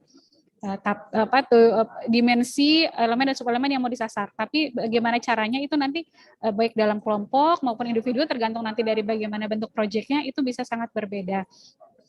Seperti itu Bapak Ibu. Dan juga untuk yang bagian asesmennya juga gitu, ini bukan berarti nanti ujung-ujungnya gaya hidup berkelanjutan anak kemudian bisa membuat tas dari bahan daur ulang. Nah, itu bukan hasil akhir yang diminta sih Bapak Ibu. Yang diminta itu adalah apakah si dimensi elemen dan subelemen itu tercapai gitu. Produk itu hanyalah salah satu dari prosesnya gitu. Jadi tolong dilihat bukan dari anak ini bagus nih produknya berarti profilnya bagus gitu. Enggak, tapi sepanjang prosesnya dia itu seperti apa, apakah sudah sesuai yang diharapkan gitu kan ya. Nah, itulah yang nanti disesuaikan dengan asesmennya. Oke, kemudian ya betul sekali menambahkan Mbak Kiki. Jadi memang yang dinilai jangan sampai proyeknya yang kita nilai itu, jangan sampai salah kaprah bahwa produknya yang dinilai, output dari proyek itu yang dinilai, tapi memang benar-benar ke sub elemen. Jadi karakter karakter yang akan dibangun itu seperti apa, bagaimana siswa-siswa tersebut menerapkan misalkan berpikir kritis itu sendiri, elemen dari berpikir kritis itu apakah sudah terlihat ketika siswa tersebut menjalankan proyek itu, dan dalam prosesnya output yang dihasilkan itu pasti ada karakter-karakter yang terbangun, itu yang dinilai. Jadi bukan lagi ke output atau produk dari proyek tersebut yang dinilai. Itu yang perlu ditekankan, karena contoh-contoh di lapangan yang banyak itu malah yang dinilai proyeknya. Jangan sampai terjadi. Itu sih. Baik, silakan Mbak Kiki. Ya, nah ini terkait diferensi kurikulum di SD. Nah mungkin nggak cuma di SD ya Bapak Ibu, tapi di semua jenjang dan satuan PAUD, bahwa diferensi kurikulum ini memang sesuatu yang pasti idealnya ingin dicapai dari dulu ya Bapak Ibu, tapi dalam pelaksanaannya yang memang menjadi tantangan gitu kan. Misalnya dengan banyaknya peserta didik, bagaimana caranya mengenali satu persatu gitu. Tapi tadi semuanya itu bertahap ya Bapak Ibu. Kita mulai dari mana nih? Kalau misalnya sebelumnya juga sempat disampaikan terkait asesmen diagnostik ya Bapak Ibu. Nah sebenarnya maksud kami itu bukan harus nanti jadi ada psikolognya masing-masing satuan pendidikan, kemudian ada tes psikologi yang nanti jadi sekolah harus bayar gitu, lebih itu enggak, bukan di situ maksudnya kami. Maksudnya adalah guru dapat screening nih, dapat melihat kira-kira kemampuan awal peserta didiknya itu di mana sih ketika mereka akan belajar suatu mata pelajaran gitu atau muatan pembelajaran, itu yang sudah mereka bisa, itu yang mana saja gitu. Jadi tidak menyamakan semua anak itu di kemampuan yang sama di awal. Nah, itu saja dulu. Itu caranya juga dapat divariasikan. Jika ada yang cocoknya misalnya dengan bercakap-cakap gitu kan ya, atau dari unjuk kerjanya gitu, itu juga silakan disesuaikan Bapak Ibu. Intinya sih baik pembelajarannya, kalau pembelajaran kita harapkan berdiferensiasi, maka asesmen itu juga pastinya harus perlu berdiferensiasi gitu. Ketika hanya dalam satu sumatif gitu ya, dilihat ini anak ini sudah bisa menyelesaikan soal-soal ini gitu kan, apakah itu mengukur kemampuan anaknya? Pastinya tidak cukup, karena tadi kemampuan awalnya juga berbeda-beda. Jadi nanti mulai belajarnya itu adalah dari kemampuan awal peserta didiknya, seperti itu. Dan bukan berarti memang gimana caranya saya gitu kan, misalnya dalam mengajar 36 anak gitu ya, satu-satu saya ini kan ya mungkin bisa di grouping gitu ya, berdasarkan kira-kira yang kemampuannya setara gitu. Lalu mungkin yang memang perlu di bagian mana gitu yang perlu misalnya untuk kelas 1-nya ada bagian yang memang ini sudah lebih fasih membaca gitu kan ya, maka berarti mereka nanti ininya lain nih gitu, stimulasi proses pembelajarannya gitu. Bagi yang belum dan memang harusnya dipupuk di SD gitu ya untuk membaca dan menulis, itu juga di grup ini yang kira-kira bisa diberikan terkait treatment yang lebih banyak tentang bagaimana dapat memahami baca dan menulis gitu misalnya. Kemudian kita juga punya ini kajian akademiknya di kurikulum.kemdikbud.go.id di bagian unduhan ya Bapak Ibu terkait pembelajaran diferensiasi. Mungkin jika sempat untuk dipelajari, tolong dilihat gitu bagaimana. Jadi intinya sih itu mungkin jangan terlalu berpikir sulitnya, tapi intinya mengenali dulu peserta didiknya sih. Anak saya butuh apa yang saya butuhkan gitu tadi. Dan juga berarti misalnya untuk proyek Pancasila, produknya juga tidak perlu sama semua gitu, tapi tadi silakan kolaborasi. Kita harapkan ada proses belajar bersama nih di dalam satuan pendidikan untuk membahas hal-hal ini gitu, sehingga bisa saling memberikan masukan. Baik, ya. Oke, mungkin itu dulu. Silakan Mbak Dwi. Ada yang mau ditambahkan juga mungkin? Cukup ya. Banget tadi terkait yang pembelajaran diferensiasi itu memang sudah ada nasmiknya. Bapak Ibu bisa mengunduh di kurikulum.kemdikbud.go.id di bagian unduhan. Di situ sudah jelas bagaimana kita bisa melakukan pembelajaran yang berdiferensiasi. Kemudian lanjut ke pertanyaan berikutnya. Ini sekolah masih kesulitan menyusun kurikulum operasional satuan pendidikan. Sebenarnya ini kurikulum operasional satuan pendidikan itu tidak jauh berbeda dengan kurikulum tingkat satuan pendidikan. Jadi dokumen itu sama saja seperti itu, hanya saja istilahnya berbeda, dan kita lebih sederhanakan lagi bagian-bagian mana yang tidak perlu ada dalam KTSP itu tidak perlu dicantumkan. Jadi dalam KUSP ini kita bikin memang benar-benar bagian mana saja yang perlu ada dari kurikulum operasional itu sendiri, dan tidak perlu dilengkapi dengan dokumen yang cukup tebal sehingga bacanya aja kita udah kesusahan gitu ya. Jadi, sehingga memang 5 poin utama saja yang ada di sana, dan untuk lebih jelasnya bagaimana bisa menyusun KUSP itu ada panduan tersendiri, panduan pengembangan kurikulum operasional satuan pendidikan.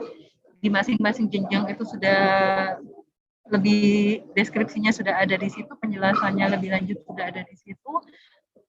Namun itu tadi yang perlu ditekankan, bahwa ini tidak banyak berubah dari yang sebelumnya. Ketika Bapak Ibu di sekolah waktu itu sudah menyusun kurikulum tingkat satuan pendidikan, berarti Bapak Ibu pasti bisa menyusun KUSP, karena prinsipnya pun sama. Cuman kita sederhanakan saja komponennya. Komponen-komponen penting yang ada di situ, yang harus ada, yang harus dimunculkan dalam dokumen tersebut. Tapi ketika tidak, itu jadi tidak semua RPP dalam 1 tahun itu harus dilampirkan di dalam KUSP, tapi cukup 5 komponen utama aja yang harus ada dalam kurikulum operasional di satuan pendidikan. Baik, itu saja Mbak Kiki. Ada tambahan? Ya, iya Bapak Ibu, ini intinya sih nanti ketika memang sudah ada panduan-panduan yang kita keluarkan versi untuk update ya, yang harapannya tadi ada pertanyaan-pertanyaan yang sudah Bapak Ibu ajukan tadi itu bisa terjawab lebih di panduan tersebut. Ini, nanti kami akan kabari teman-teman direktorat, teman-teman GTK untuk mengupdate Bapak Ibu ketika sudah ada panduan terupdate-nya. Nanti silakan dapat dilihat di unduhan kurikulum.kemdikbud.go.id untuk panduan kurikulum operasional, kemudian panduan proyek penguatan program pelajaran Pancasila, dan untuk panduan pembelajaran dan asesmen. Ya, untuk di sini juga ada pertanyaan terkait perbedaan esensial antara kurikulum Merdeka dengan kurikulum sebelumnya. Ya, di sini masih ada yang mungkin masih bingung ya, ini kira-kira kurikulum Merdeka apa bedanya gitu ya? Apakah hanya dari KD ke CP gitu kan ya? Kemudian dari KTSP jadi KOS gitu. Nah, memang yang kita ingin kuatkan itu Bapak Ibu sebenarnya prinsip dari apapun kurikulumnya itu dia perlu dapat mengakomodir kebutuhan peserta didik gitu. Jadi segala mungkin yang sebelumnya masih keseragaman dalam pembelajaran gitu, kemudian memberikan konten yang sama pada anak, itu kita harapkan sudah mulai berubah gitu. Dan juga ada kemerdekaan dalam cara mengajarkannya, yaitu ya untuk Bapak Ibu guru yang tadinya mungkin satu metode yang digunakan gitu, tapi sekarang ada beberapa pendekatan atau metode yang diharapkan dapat dilakukan secara simultan. Gitu. Tadi untuk melihat dari ke tingkat awal peserta didiknya itu kemampuannya ada di mana. Gitu. Itu yang penting untuk diketahui pertama gitu. Lalu jika memang misalnya anak ini ada di kelas 3 atau 4 gitu kan, tapi kemudian ternyata kemampuannya itu masih di fase A di beberapa mata pelajaran tertentu, silakan lanjutkan elaborasi dari fase A itu gitu. Jadi bukan ketuntasan, bukan penyelesaian materi, tapi kemampuan yang sudah terbangun itu apa saja gitu. Jadi itu yang kita harapkan, pertama kemerdekaannya, kemudian yang dipelajari itu lebih mendalam gitu. Tidak terburu-buru gitu dalam melaksanakan pembelajaran. Oleh karena itu makanya dalam hal kriteria tidak ada lagi juga yang kita ini kan KKM dari dinas gitu ya, dari daerah gitu ke keterikatan minimal, karena yang berhak menentukan kriteria tersebut adalah satuan pendidikan, Bapak Ibu guru sendiri, dan bukan ketuntasannya, tapi kemampuannya sudah bisa apa. Misalnya ketika di bahasa Indonesia gitu ya, anaknya dapat 8, nah ini 8-nya nih dalam hal apa gitu. Nah itu makanya di buku panduan pembelajaran dan asesmennya juga kan ada terkait tujuan pembelajarannya, ketercapaian tujuan pembelajaran. Sehingga jadi dalam hal apa nih dia 8-nya, kemampuannya di bagian mana gitu. Sehingga tadi yang dalam rapor itu yang terlihat adalah perbandingan antara kemampuan anak di semester sebelumnya dengan semester sekarang, bukan perbedaan antara satu anak dengan anak lainnya di semester yang sekarang gitu.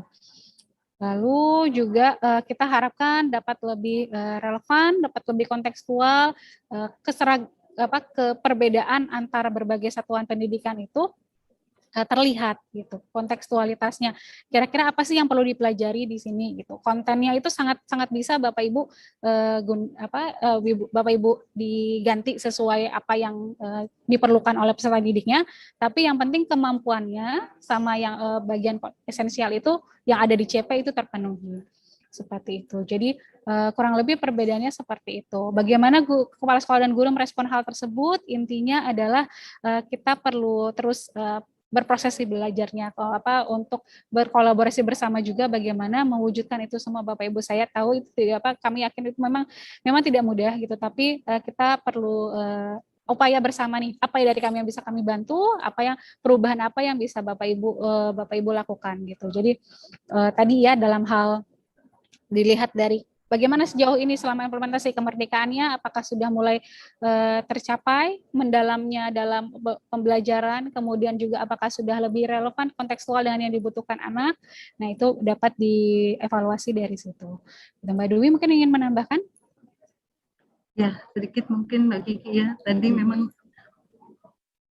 terkait keunggulan kurikulum Merdeka ini apa sih dari kurikulum sebelumnya. Tadi sudah dijelaskan Mbak Kiki terkait pertama lebih sederhana dan mendalam, dan itu sudah tertuang dalam capaian pembelajaran, sehingga diharapkan nanti kita harus lebih fokus pada materi-materi esensial dalam pengembangan kompetensi peserta didik pada fasenya, sehingga kita juga bisa belajar lebih mendalam dan bermakna dan tidak terburu-buru tadi yang sudah disampaikan Mbak Kiki.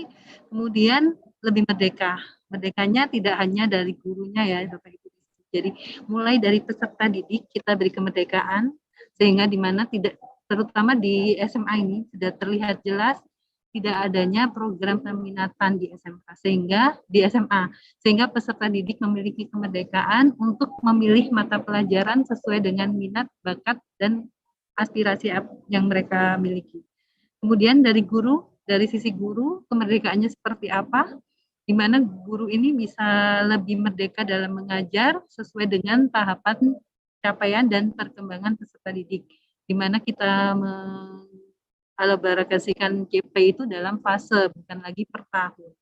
Kemudian dari satuan pendidikan, merdeka apa yang bisa dirasakan satuan pendidikan, di mana satuan pendidikan memiliki kewenangan untuk mengembangkan dan mengelola kurikulum dan pembelajaran ini sesuai dengan karakteristik satuan pendidikan masing-masing, sehingga kemerdekaan ini dirasakan mulai dari peserta didik, guru, dan satuan pendidikan.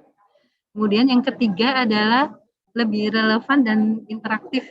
Jadi di sini kita menekankan pada pembelajaran berbasis proyek, terutama adanya pembelajaran melalui kegiatan proyek penguatan pelajar Pancasila, sehingga memberikan kesempatan yang lebih luas ya kepada peserta didik untuk lebih aktif dalam mengeksplorasi isu-isu aktual, baik itu isu di lingkungan sekitar, masalah kesehatan, dan masalah yang sering muncul di lingkungan kita untuk mendukung pengembangan karakternya. Jadi ada 3 keunggulan tadi.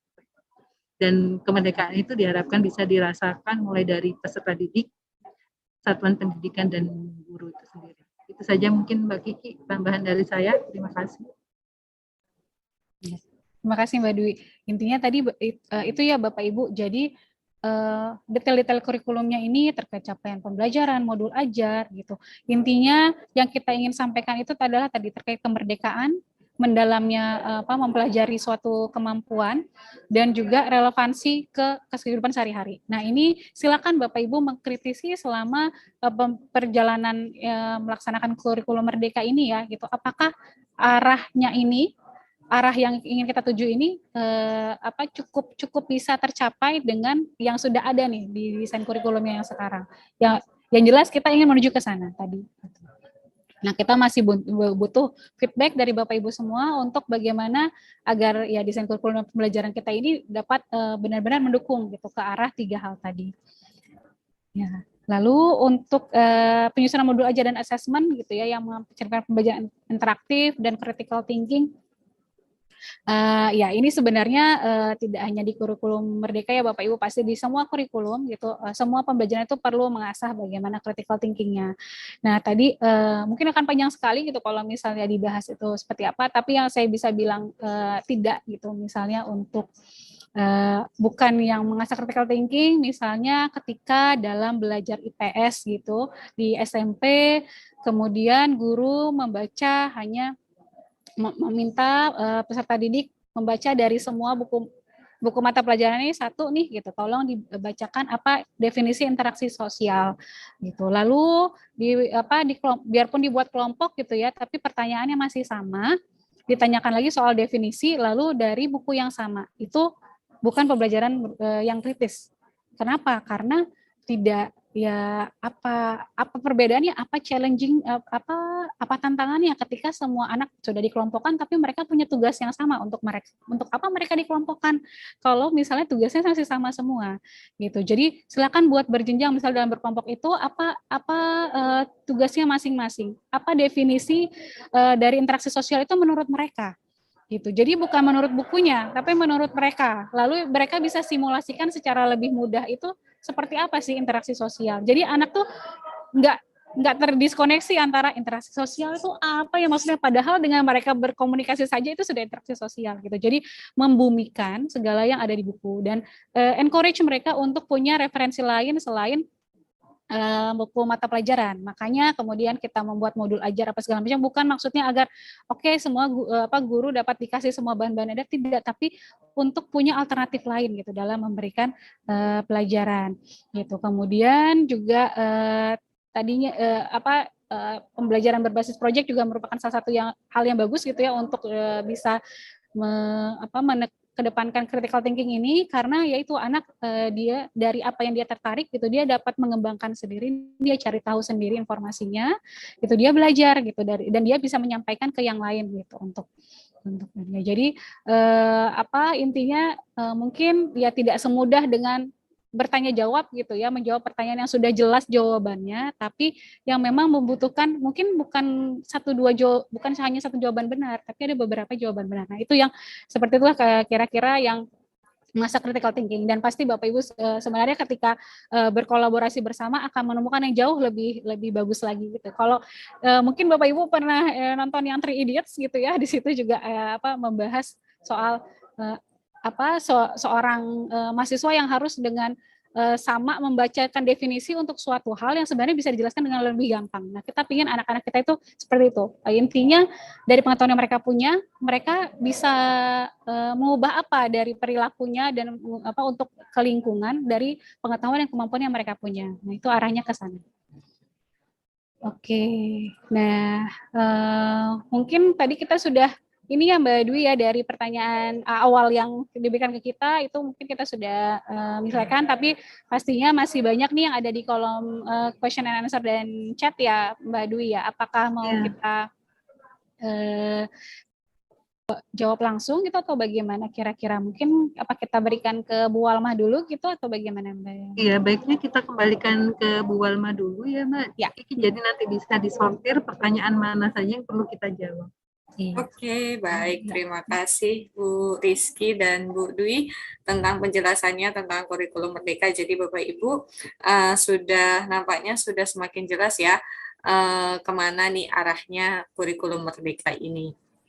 Karena memang segala sesuatu itu butuh pembiasaan dan sesuatu yang baru itu memang butuh pendekatan tersendiri ya Bu Rizky dan Bu Dwi ya. Baik. mungkin saya tanyakan beberapa hal dari question and answer ya, Q&A ya. Bu Dwi dan Bu Rizky, ini ada yang pertama, ada yang bertanya, sorry, ada yang bertanya.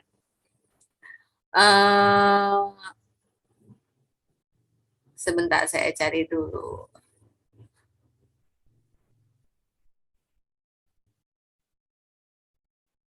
Sebentar. Oh, ada yang bertanya, Bu, kalau raportnya sudah adakah raport penilaian atau penilaian untuk muridnya nih? Ada yang tanya lembar penilaian untuk murid apakah sudah ada, apakah sudah dirilis? Kemudian, oke, sebenarnya ini sudah. Oh, nah ini apakah mapel PKN tetap menjadi mapel wajib? Tadi kayaknya disinggung sebentar ya sama Bu Dwi dan Bu Rizky. Mungkin dikuatkan lagi, Bu. Kemudian, bagaimana dengan bahasa daerah? Seperti itu, Bu. Ya, bahasa daerah itu apakah di tingkat SMP dan SD masih bisa diajarkan? Kemudian satu lagi, apakah di kurikulum Merdeka ini masih dibutuhkan KKM?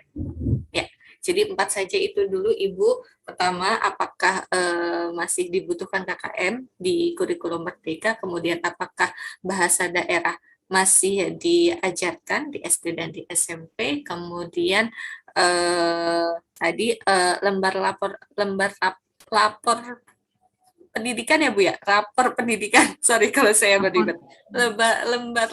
Rapor pendidikannya apakah sudah dirilis? Karena kan kemarin sudah dirilis episode Merdeka Belajar yang ke-18 ya Bu ya, tentang penilaian rapor penilaian sekolah itu. Nah, seperti itu Ibu, silahkan dijawab dulu. Nanti ada pertanyaan selanjutnya. Terima kasih Ibu. Baik, terima kasih Bu Walma. Izin menjawab terlebih dahulu ya Mbak Kiki, nanti mungkin dari Mbak Kiki bisa menambahi. Kalau terkait rapor pendidikan itu yang dinilai satuan pendidikannya itu bukan ke siswanya, tapi terkait format rapor untuk pembelajaran, rapor siswa peserta didik itu juga sudah ada. Nanti bisa dilihat dalam panduan pembelajaran dan assessment, dan itu juga sudah masuk ke dalam Dapodik. Jadi sudah ada raport untuk intra dan untuk project. Jadi di PAUD, SD dan ada, kalau di PAUD raport intranya itu raport projectnya bergabung dengan raport intra. Ada beberapa komponen dari raport tersebut, nanti ada di panduan capaian pembelajaran di PAUD itu ada sendiri. Kemudian yang untuk rapor pendidikan dari SD sampai SMA, SMK itu ada di panduan pembelajaran dan assessment. Yang kita tutup adalah komponennya saja, harus ada komponen-komponen apa saja, namun deskripsinya itu kita bebaskan ke satuan pendidikan untuk mendeskripsikan angka-angka tersebut. Dan untuk raport project yang di jenjang SD sampai SMK itu terpisah dari raport intranya. Jadi ada raport project tersendiri yang khusus untuk menilai sub elemen mana dan perkembangan dari sub elemen dari masing-masing peserta didik. Jadi ada di tahap apa perkembangan yang dicapai oleh masing-masing peserta didik pada sub elemen tersebut. Kemudian yang di kesetaraan itu juga akan berbeda juga. Jadi hampir sama dengan PAUD, tapi ini terintegrasi dengan program keterampilan dan pemberdayaan. Jadi untuk proyeknya berbeda-beda. Intinya untuk format raportnya sendiri, baik intra maupun proyek kita sudah ada contohnya. Yang kita buat ini sebagai contoh, satuan pendidikan nanti bisa mengembangkan sendiri. Dan itu yang contoh minimal itu sudah untuk intranya sudah dikembangkan di Dapodik. Namun yang di proyeknya ini masih dalam proses untuk penyesuaian di Dapodik. Demikian mungkin dari Mbak Kiki untuk yang menjawab pertanyaan pertama. Silakan jika ada tambahan. Ya, makasih Mbak Dwi.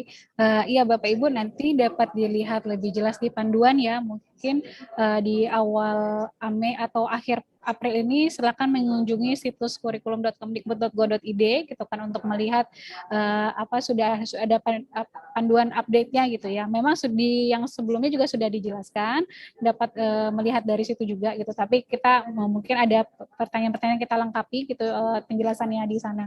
Dan untuk rapor ya tadi kalau untuk rapor yang dasmen ke atas itu nanti akan ada di panduan pembelajaran asesmen, sedangkan untuk PAUD itu ada buku rapornya tersendiri. Nanti keluarnya bareng dengan panduan-panduan yang kita update ini, Bapak Ibu.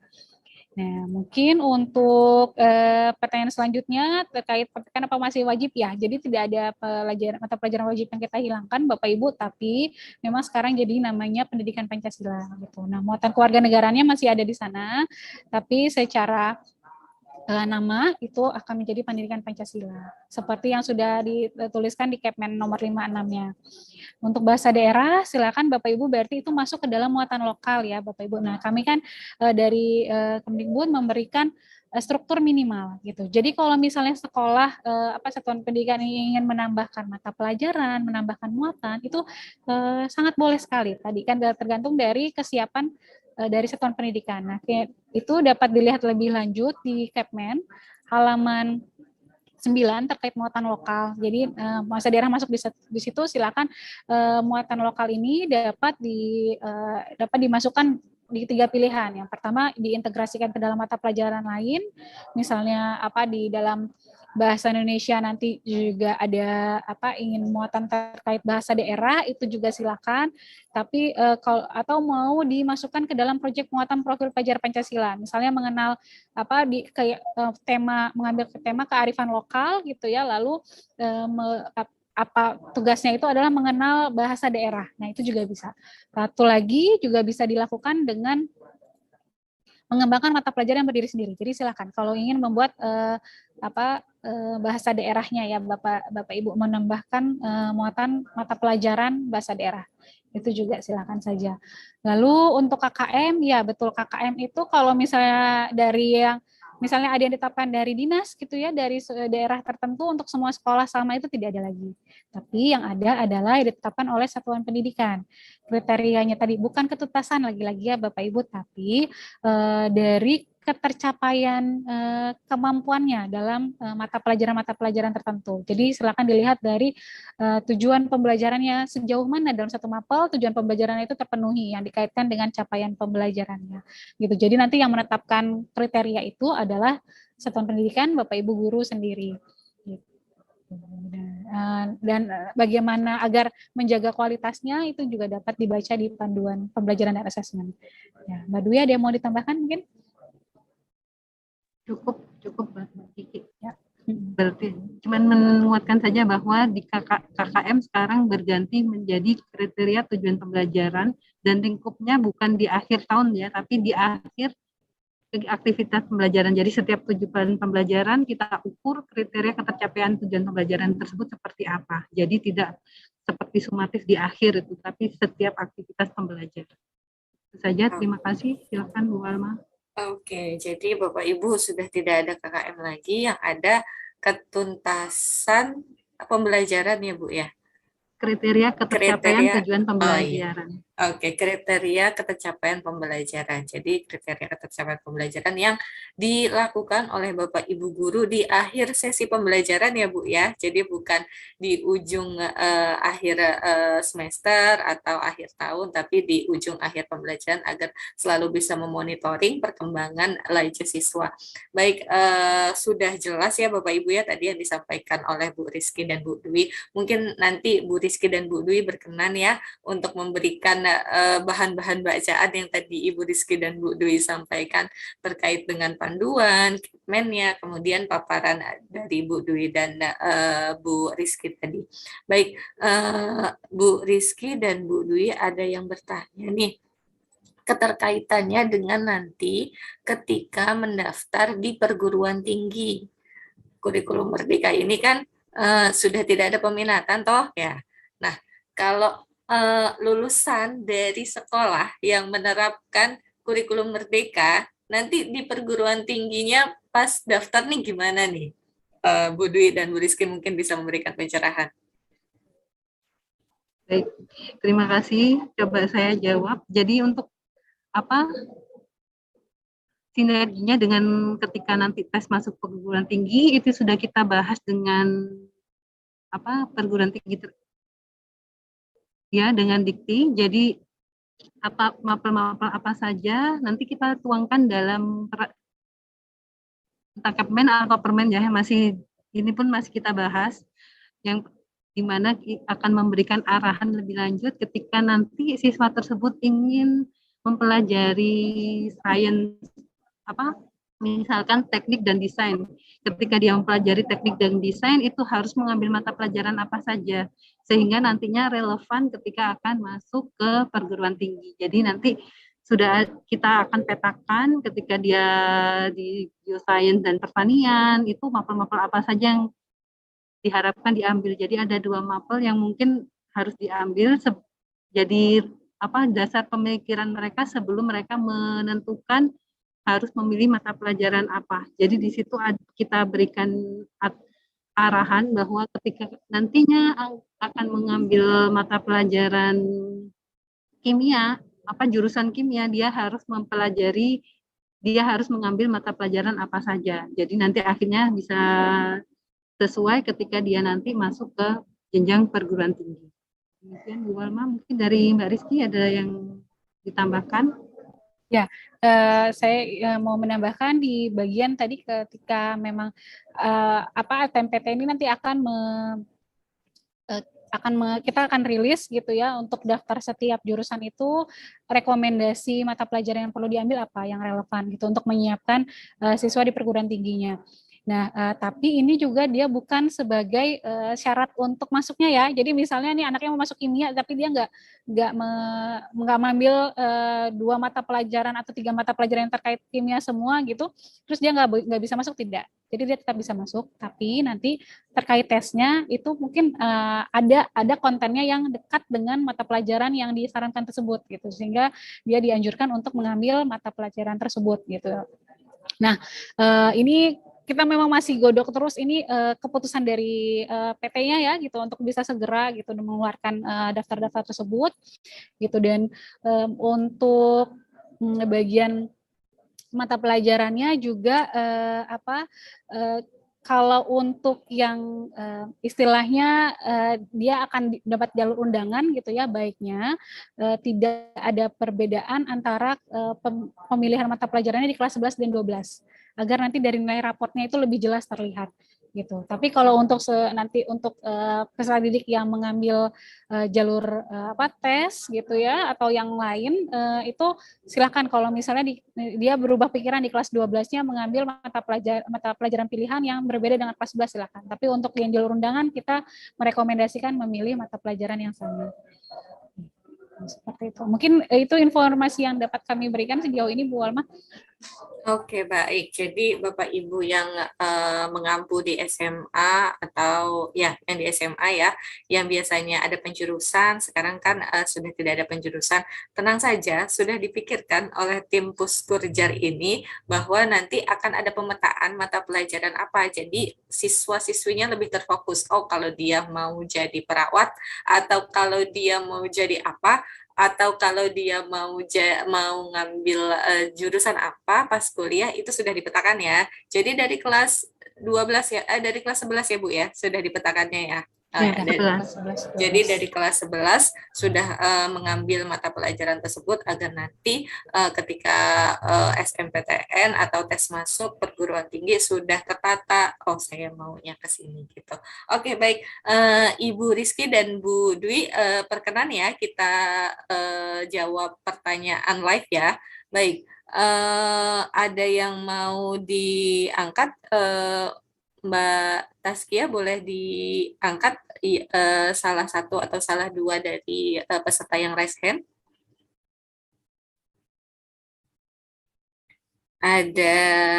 Ada Bu Meli Restuti. Silahkan Bu Meli, langsung ke pertanyaannya. Halo Bu Meli. Halo Bu Meli. Oke Bu Meli nampaknya mungkin sedang tidak on. Ada Bu Leni Julita, silahkan yang raise hand, Bu Leni Julita. Halo. Halo Bu Leni Julita. Iya, halo. Iya, langsung ke pertanyaannya Ibu. Silahkan.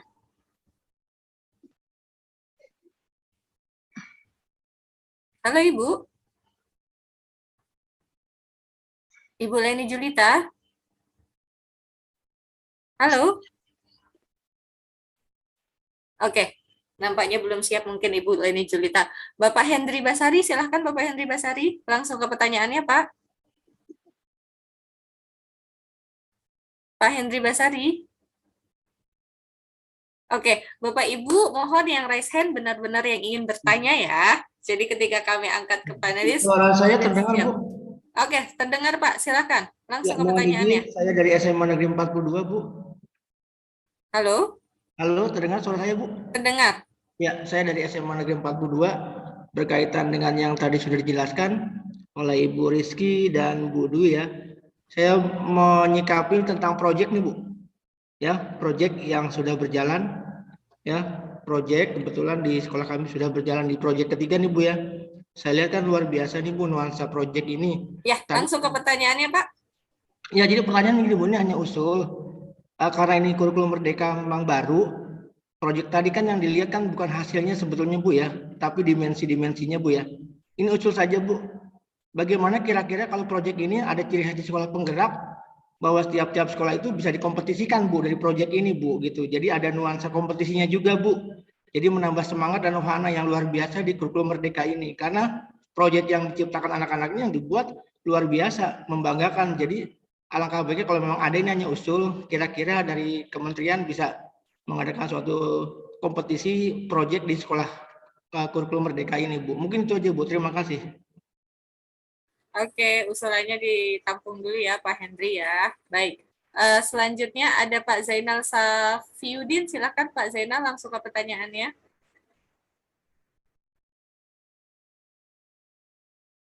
Pak Zainal, apakah Pak Zainal on? Oke, baik. Pak Zainalnya belum on. Bu Eni Sasmita, silahkan Bu Eni. Langsung ke pertanyaannya Bu Eni.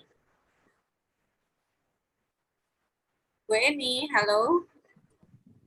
Halo Bu, Pak Jainal Bu, bisa dengar Bu? Oke, ya, baik. ya Bu, Baik, tadi ya. masih mute Ibu. Ya, Pak Zainal dulu ya Bu ya. Ternyata Pak Zainalnya ada nih. Silakan langsung pertanyaannya Pak Zainal.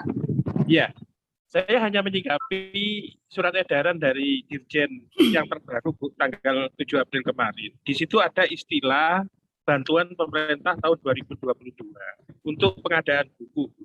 Untuk pengadaan buku, mohon pencerahannya bagaimana untuk sekolah yang non penggerak, non PSP maksudnya. Yang dimaksud dengan bantuan tahun 2022 untuk pengadaan buku itu bagaimana maksudnya? Terima kasih Bu.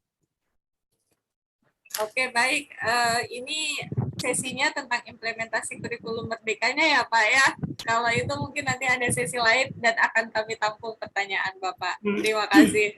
Baik, terima kasih Pak Zainal. Langsung Bu Edi pertanyaannya. Ya, terima kasih Bu. Saya ingin menanyakan tentang Propela ini, proyek profil pelajar Pancasila. Nah, di kelas 10 kan diambil 3 tema. Nah, 3 tema itu apakah untuk keseluruhan kelas atau kita bagi, misalnya 3 kelas tema 1, 3 kelas lagi tema 2, 3 kelas lagi tema 3. Tuh. Dan pertanyaan kedua, kemarin itu sudah diajukan tambahan mengajar bagi guru saya mengajar profil pelajar Pancasila, tetapi katanya di Dapodik belum ada lagi, sehingga teman saya itu tidak bisa menerima tambahan penghasilan gitu. Nah, terima kasih Bu.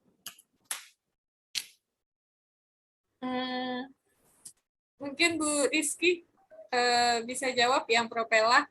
Kalau yang nomor sekiannya itu berarti terkait di Dapodiknya ya, atau penghitungan pembelajaran? Belum diakui dia di Dapodiknya. Ya, silakan Bu Rizky dan Bu Dwi.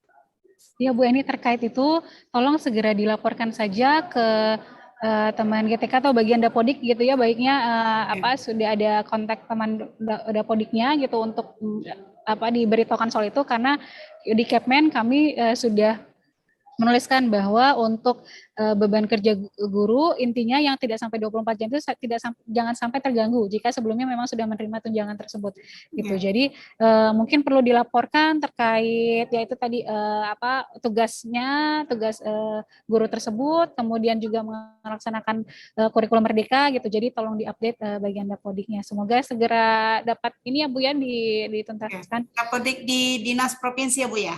Iya, ya Bu, bisa begitu. Nanti juga, nanti mungkin dari rekan-rekan GTK dapat menjelaskan juga lebih lanjut. Nah, untuk proyek tadi intinya sih untuk di SD itu ya di PAUD dan SD itu kita minta tolong dilaksanakan 2 kali minimal dalam setahun. Kalau SMP, SMA kelas 10 itu tiga kali dalam setahun gitu, dan kalau kelas 11 12-nya 2 kali. Nah, tapi dalam pelaksanaannya itu bukan cuma intinya setiap kelas itu dia mengalami 3 kali proyek gitu Bu.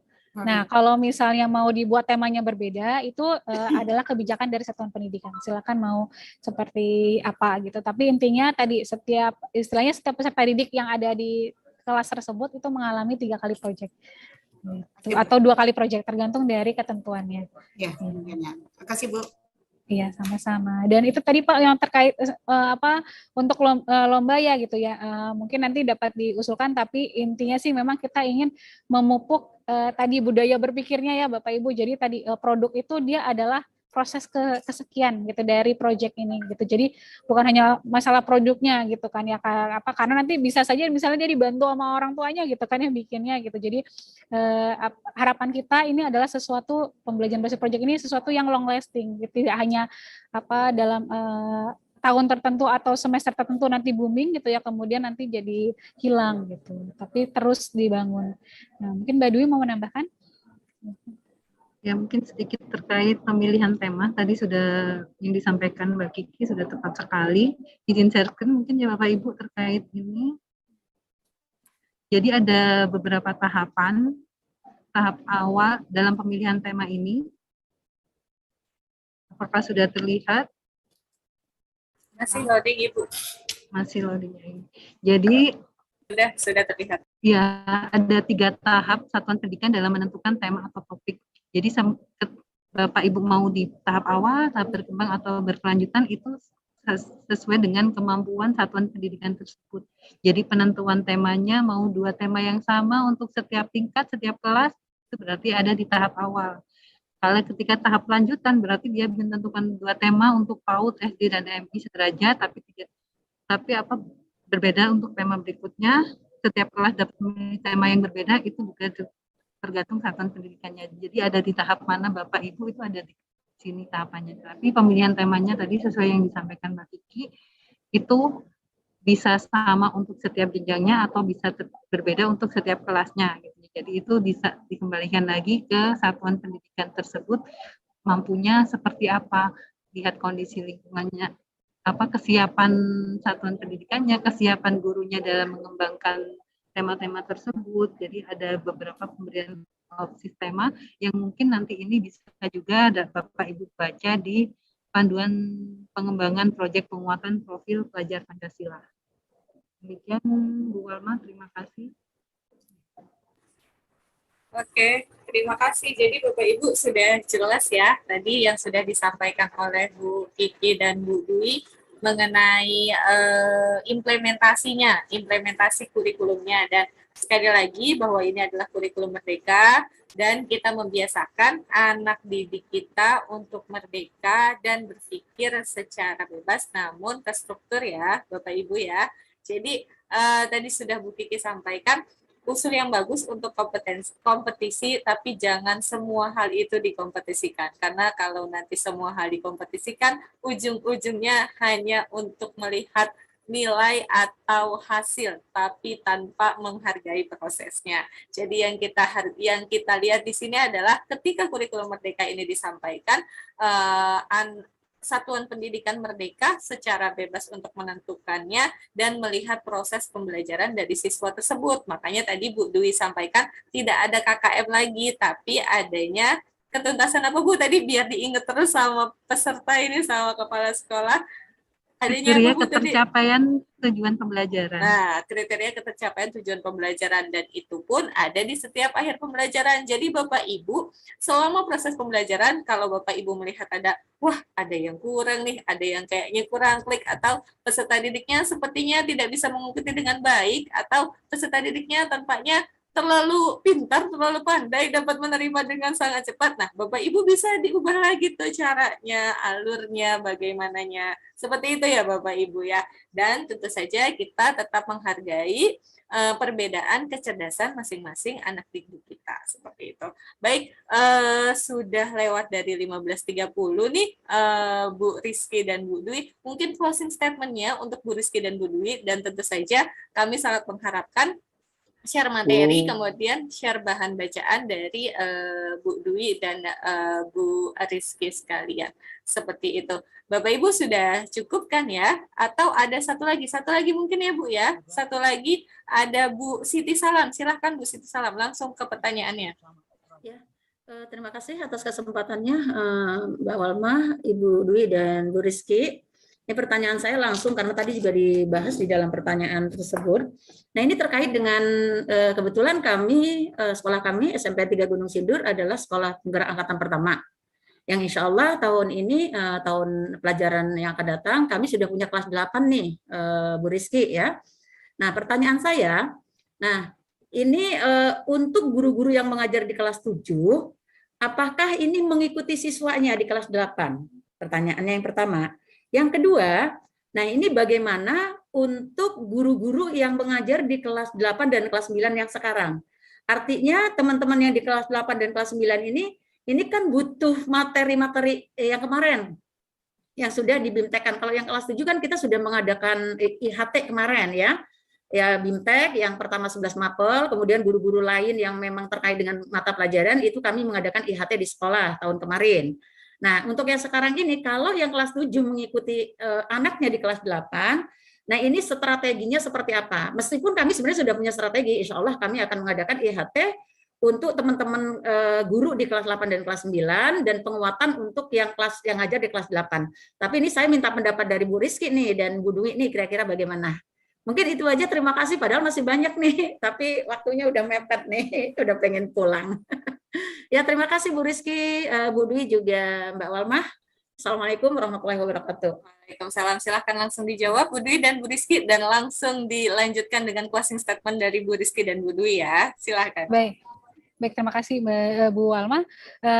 Tadi Bu kembali ke kebijakan satuan pendidikannya ya Bu ya, gitu. Mau apakah kelas untuk wali kelasnya atau guru kelasnya itu mau dilanjutkan di kelas 8 atau 9 gitu. Jadi kita tidak ada preferensi khusus, tapi itu memang sangat penting untuk penyamaan persepsi, penyamaan informasi, penyamaan pengetahuan dengan seluruh guru yang ada di satuan pendidikan tersebut. Jadi jangan sampai sekolah penggerak ini, sekolah satuan Bapak Ibu tuh semua yang paham tuh hanya beberapa terkait kurikulum merdekanya. Jadi tolong sama-sama kolaborasi dalam membuat misalnya modul ajar, dalam membuat proyek gitu kan ya. Lalu juga guru kelas 8-nya nih mau nanti dia ikut dari kelas 7 atau 8, tapi intinya harus tahu bagaimana background masing-masing anaknya ini, kemajuan perkembangan anaknya yang ada di kelas 7 itu. Gitu ya Bu Siti Salamia. Ya, kalau maaf tadi Bu Rizky, kalau saya tuh sudah punya planning ya, insya Allah di awal tahun ini di bulan Juni kami mengadakan IHT tadi, artinya untuk guru-guru yang kelas 8 dan kelas 9 gitu. Karena nanti yang kelas 8 insya Allah akan mengajarkan di kelas 7, yang kelas 7 ini ngikutin kelas 8, karena saya juga pengen lihat nih perkembangannya seperti apa ini untuk kurikulum merdeka untuk sekolah penggerak kami gitu. Jadi IHT inilah yang akan kami laksanakan nanti untuk kelas 8 dan kelas 9 gitu. Artinya memang semuanya harus tahu nanti tentang modul ajar, tentang ATP, CP dan seterusnya gitu. Jadi seperti itu ya Mbak ya, artinya Bu Rizky, artinya kami boleh ya menentukan itu, melakukan itu ya. Boleh sekali Bu. Jadi itu inisiatif yang bagus sekali, dan yang kita harapkan justru dari setiap sekolah yang melaksanakan kurikulum merdeka itu selalu ada penyampaian informasi ke yang lain yang memang belum mendapatkan secara langsung. Gitu. Kami inginnya juga memberikan ke semuanya gitu kan, tapi keterbatasan itu mohon dapat Bapak Ibu sampaikan kepanjangan tangannya ke teman-teman yang memang belum memahami. Gitu. Semangat ya Bu ya. Semangat, Bapak Ibu semua. Semangat. Ya. Dan tadi sebelum closing statement mungkin Bu Alma satu lagi, tadi saya melihat ada yang terkait buku. Terkait buku, ada yang menanyakan terkait buku, apakah memang ada beberapa mata pelajaran yang kita sengaja itu tidak memberikan buku siswanya. Kenapa? Karena kita ingin itu lebih ke praktek, yang ada itu adalah buku panduan guru gitu. Jadi seperti olahraga, kemudian seni, kenapa nggak dikasih buku siswanya? Karena kita nggak ingin anak-anak belajar seni itu dari buku, dari olahraga itu dari buku gitu. Tapi yang mereka mempraktekkan, lebih banyak mempraktekkan. Mereka perlu tahu beberapa hal esensialnya, tapi yang penting adalah di prakteknya dan eksplorasinya gitu. Jadi mungkin kalau ditunggu memang mungkin tidak akan keluar Bapak Ibu gitu. Jadi mohon dapat disesuaikan dari buku panduan gurunya gitu. Dan ya pesan dari saya Bapak Ibu, mohon tadi selalu kita sama-sama berproses, belajar, berkolaborasi gitu ya.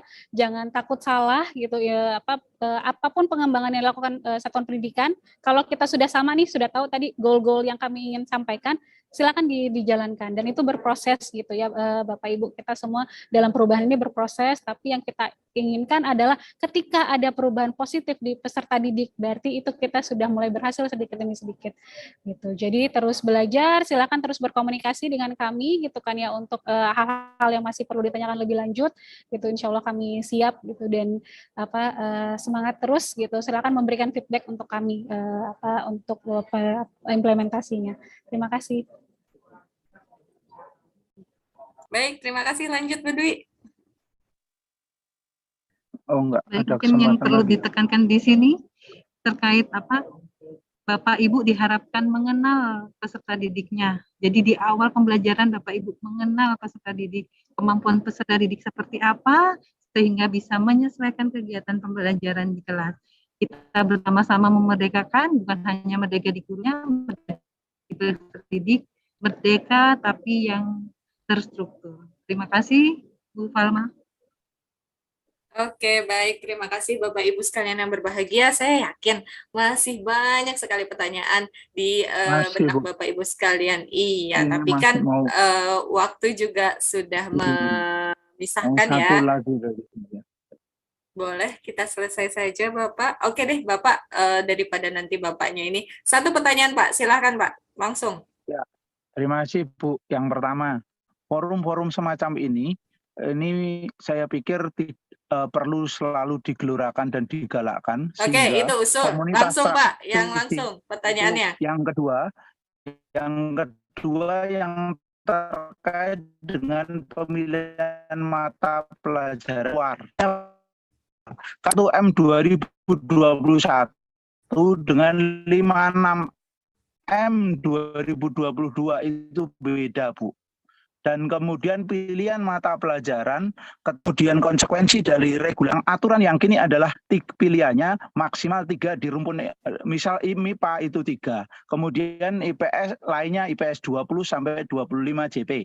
Lah, ketentuan yang tadi disampaikan atau paling tidak pedoman pemilihan mata pelajaran di kelas 11 itu kapan akan dikeluarkan, sementara kalau itu nanti akan akhir-akhir kita akan bermasalah untuk sekolah penggerak angkatan pertama, termasuk perguruan tinggi kapan mau rilis, dia mau rilis ketika memilih mata pelajaran ini, kita akan ambil teknik pertambangan, teknik sipil yang akan diujikan adalah ini. Kapan ya, perguruan tinggi Bapak akan pertanyaannya itu? Langsung kapan rilisnya, itu aja ya Pak ya.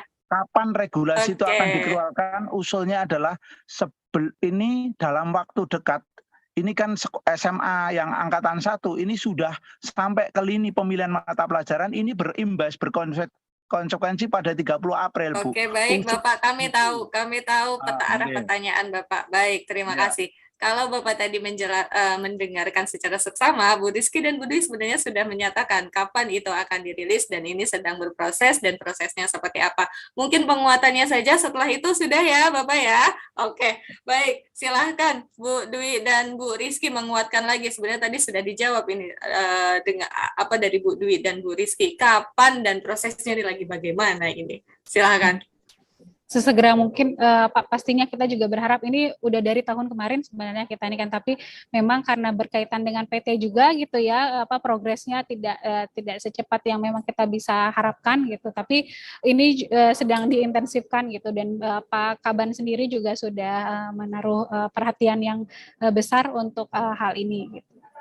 Dan untuk ketentuannya tadi ada beberapa yang sudah dijelaskan di Kepmen, silakan dapat disimak di Kepmen 56. Ya. Baik. Bu Dwi menambahkan? Cukup jelas yang disampaikan Bu Rizky. Jadi memang untuk dengan PT-nya kita sudah dapatkan kesepakatan seperti apa, tinggal kita menuangkannya ke dalam regulasi. Jadi semoga bisa segera untuk di launching. Baik. Semoga menjawab ya pertanyaan Bapak tadi. Jadi semuanya ini sedang berproses Bapak, dan kami di kementerian semuanya sudah berproses, bukan sudah, sedang berproses, sedang melakukan yang terbaik, sedang melakukan memperjuangkan yang bisa diberikan yang terbaik kepada murid-murid dan murid. Tentu saja memang tujuan kita adalah murid dan murid yang merdeka belajarnya. Jadi semuanya ini sedang bersinergi Bapak. Jadi ditunggu saja, tenang saja, semuanya akan ada waktunya dan akan ada panduan-panduannya yang tadi sudah disampaikan Bu Rizky dan Bu Dwi pun. Nanti kami mohon perkenan di-share ya Bu Rizky dan Bu Dwi ya, agar para peserta ini bisa langsung melihat, membaca dan menjadi bahan bacaan, menelaah dan melihat lebih lanjut, implementasinya seperti ini. Baik, terima kasih sekali lagi kepada Ibu Rizky Maisura, kepada Ibu Dwi Setiawati dari Pusat Kurikulum dan Pembelajaran. Semoga sehat selalu, selamat berpuasa, dan memberi insight-insight yang banyak sekali kepada para peserta dari kepala sekolah, guru, pengawas sekolah, dan pelatih ahli di program Sekolah Penggerak Angkatan 1 ini. Sekali lagi terima kasih kepada narasumber, kepada admin, kepada tim Pokja, dan tentu saja kepada semua yang telah membuat acara ini terselenggara. Tidak lupa pula kepada para peserta Sekolah Penggerak Angkatan Pertama dari kepala sekolah, pengawas sekolah, guru, dan pelatih ahli. Semoga semuanya tetap sehat, tetap semangat, dan selamat berpuasa. Cukup sekian dari kami. Jika ada jarum yang patah, jangan disimpan di dalam peti. Jika ada dari yang kami yang salah, mohon dimaafkan dari hati. Billahi taufiq wal hidayah. Wassalamualaikum warahmatullahi wabarakatuh. Saya Walmah Nimatur Rahmah undur diri. Terima kasih. Bu Walma, maaf izin ketika nanti saya berikan paparan ke panitia, apakah dapat disampaikan ke semua peserta webinar kita pada hari ini? Akan kami sampaikan ke UPT masing-masing wilayahnya, dan UPT masing-masing wilayahnya yang akan menyerahkan kepada para peserta. Baik, terima kasih banyak Bu Walma. Ya, jadi Bapak Ibu ditunggu saja.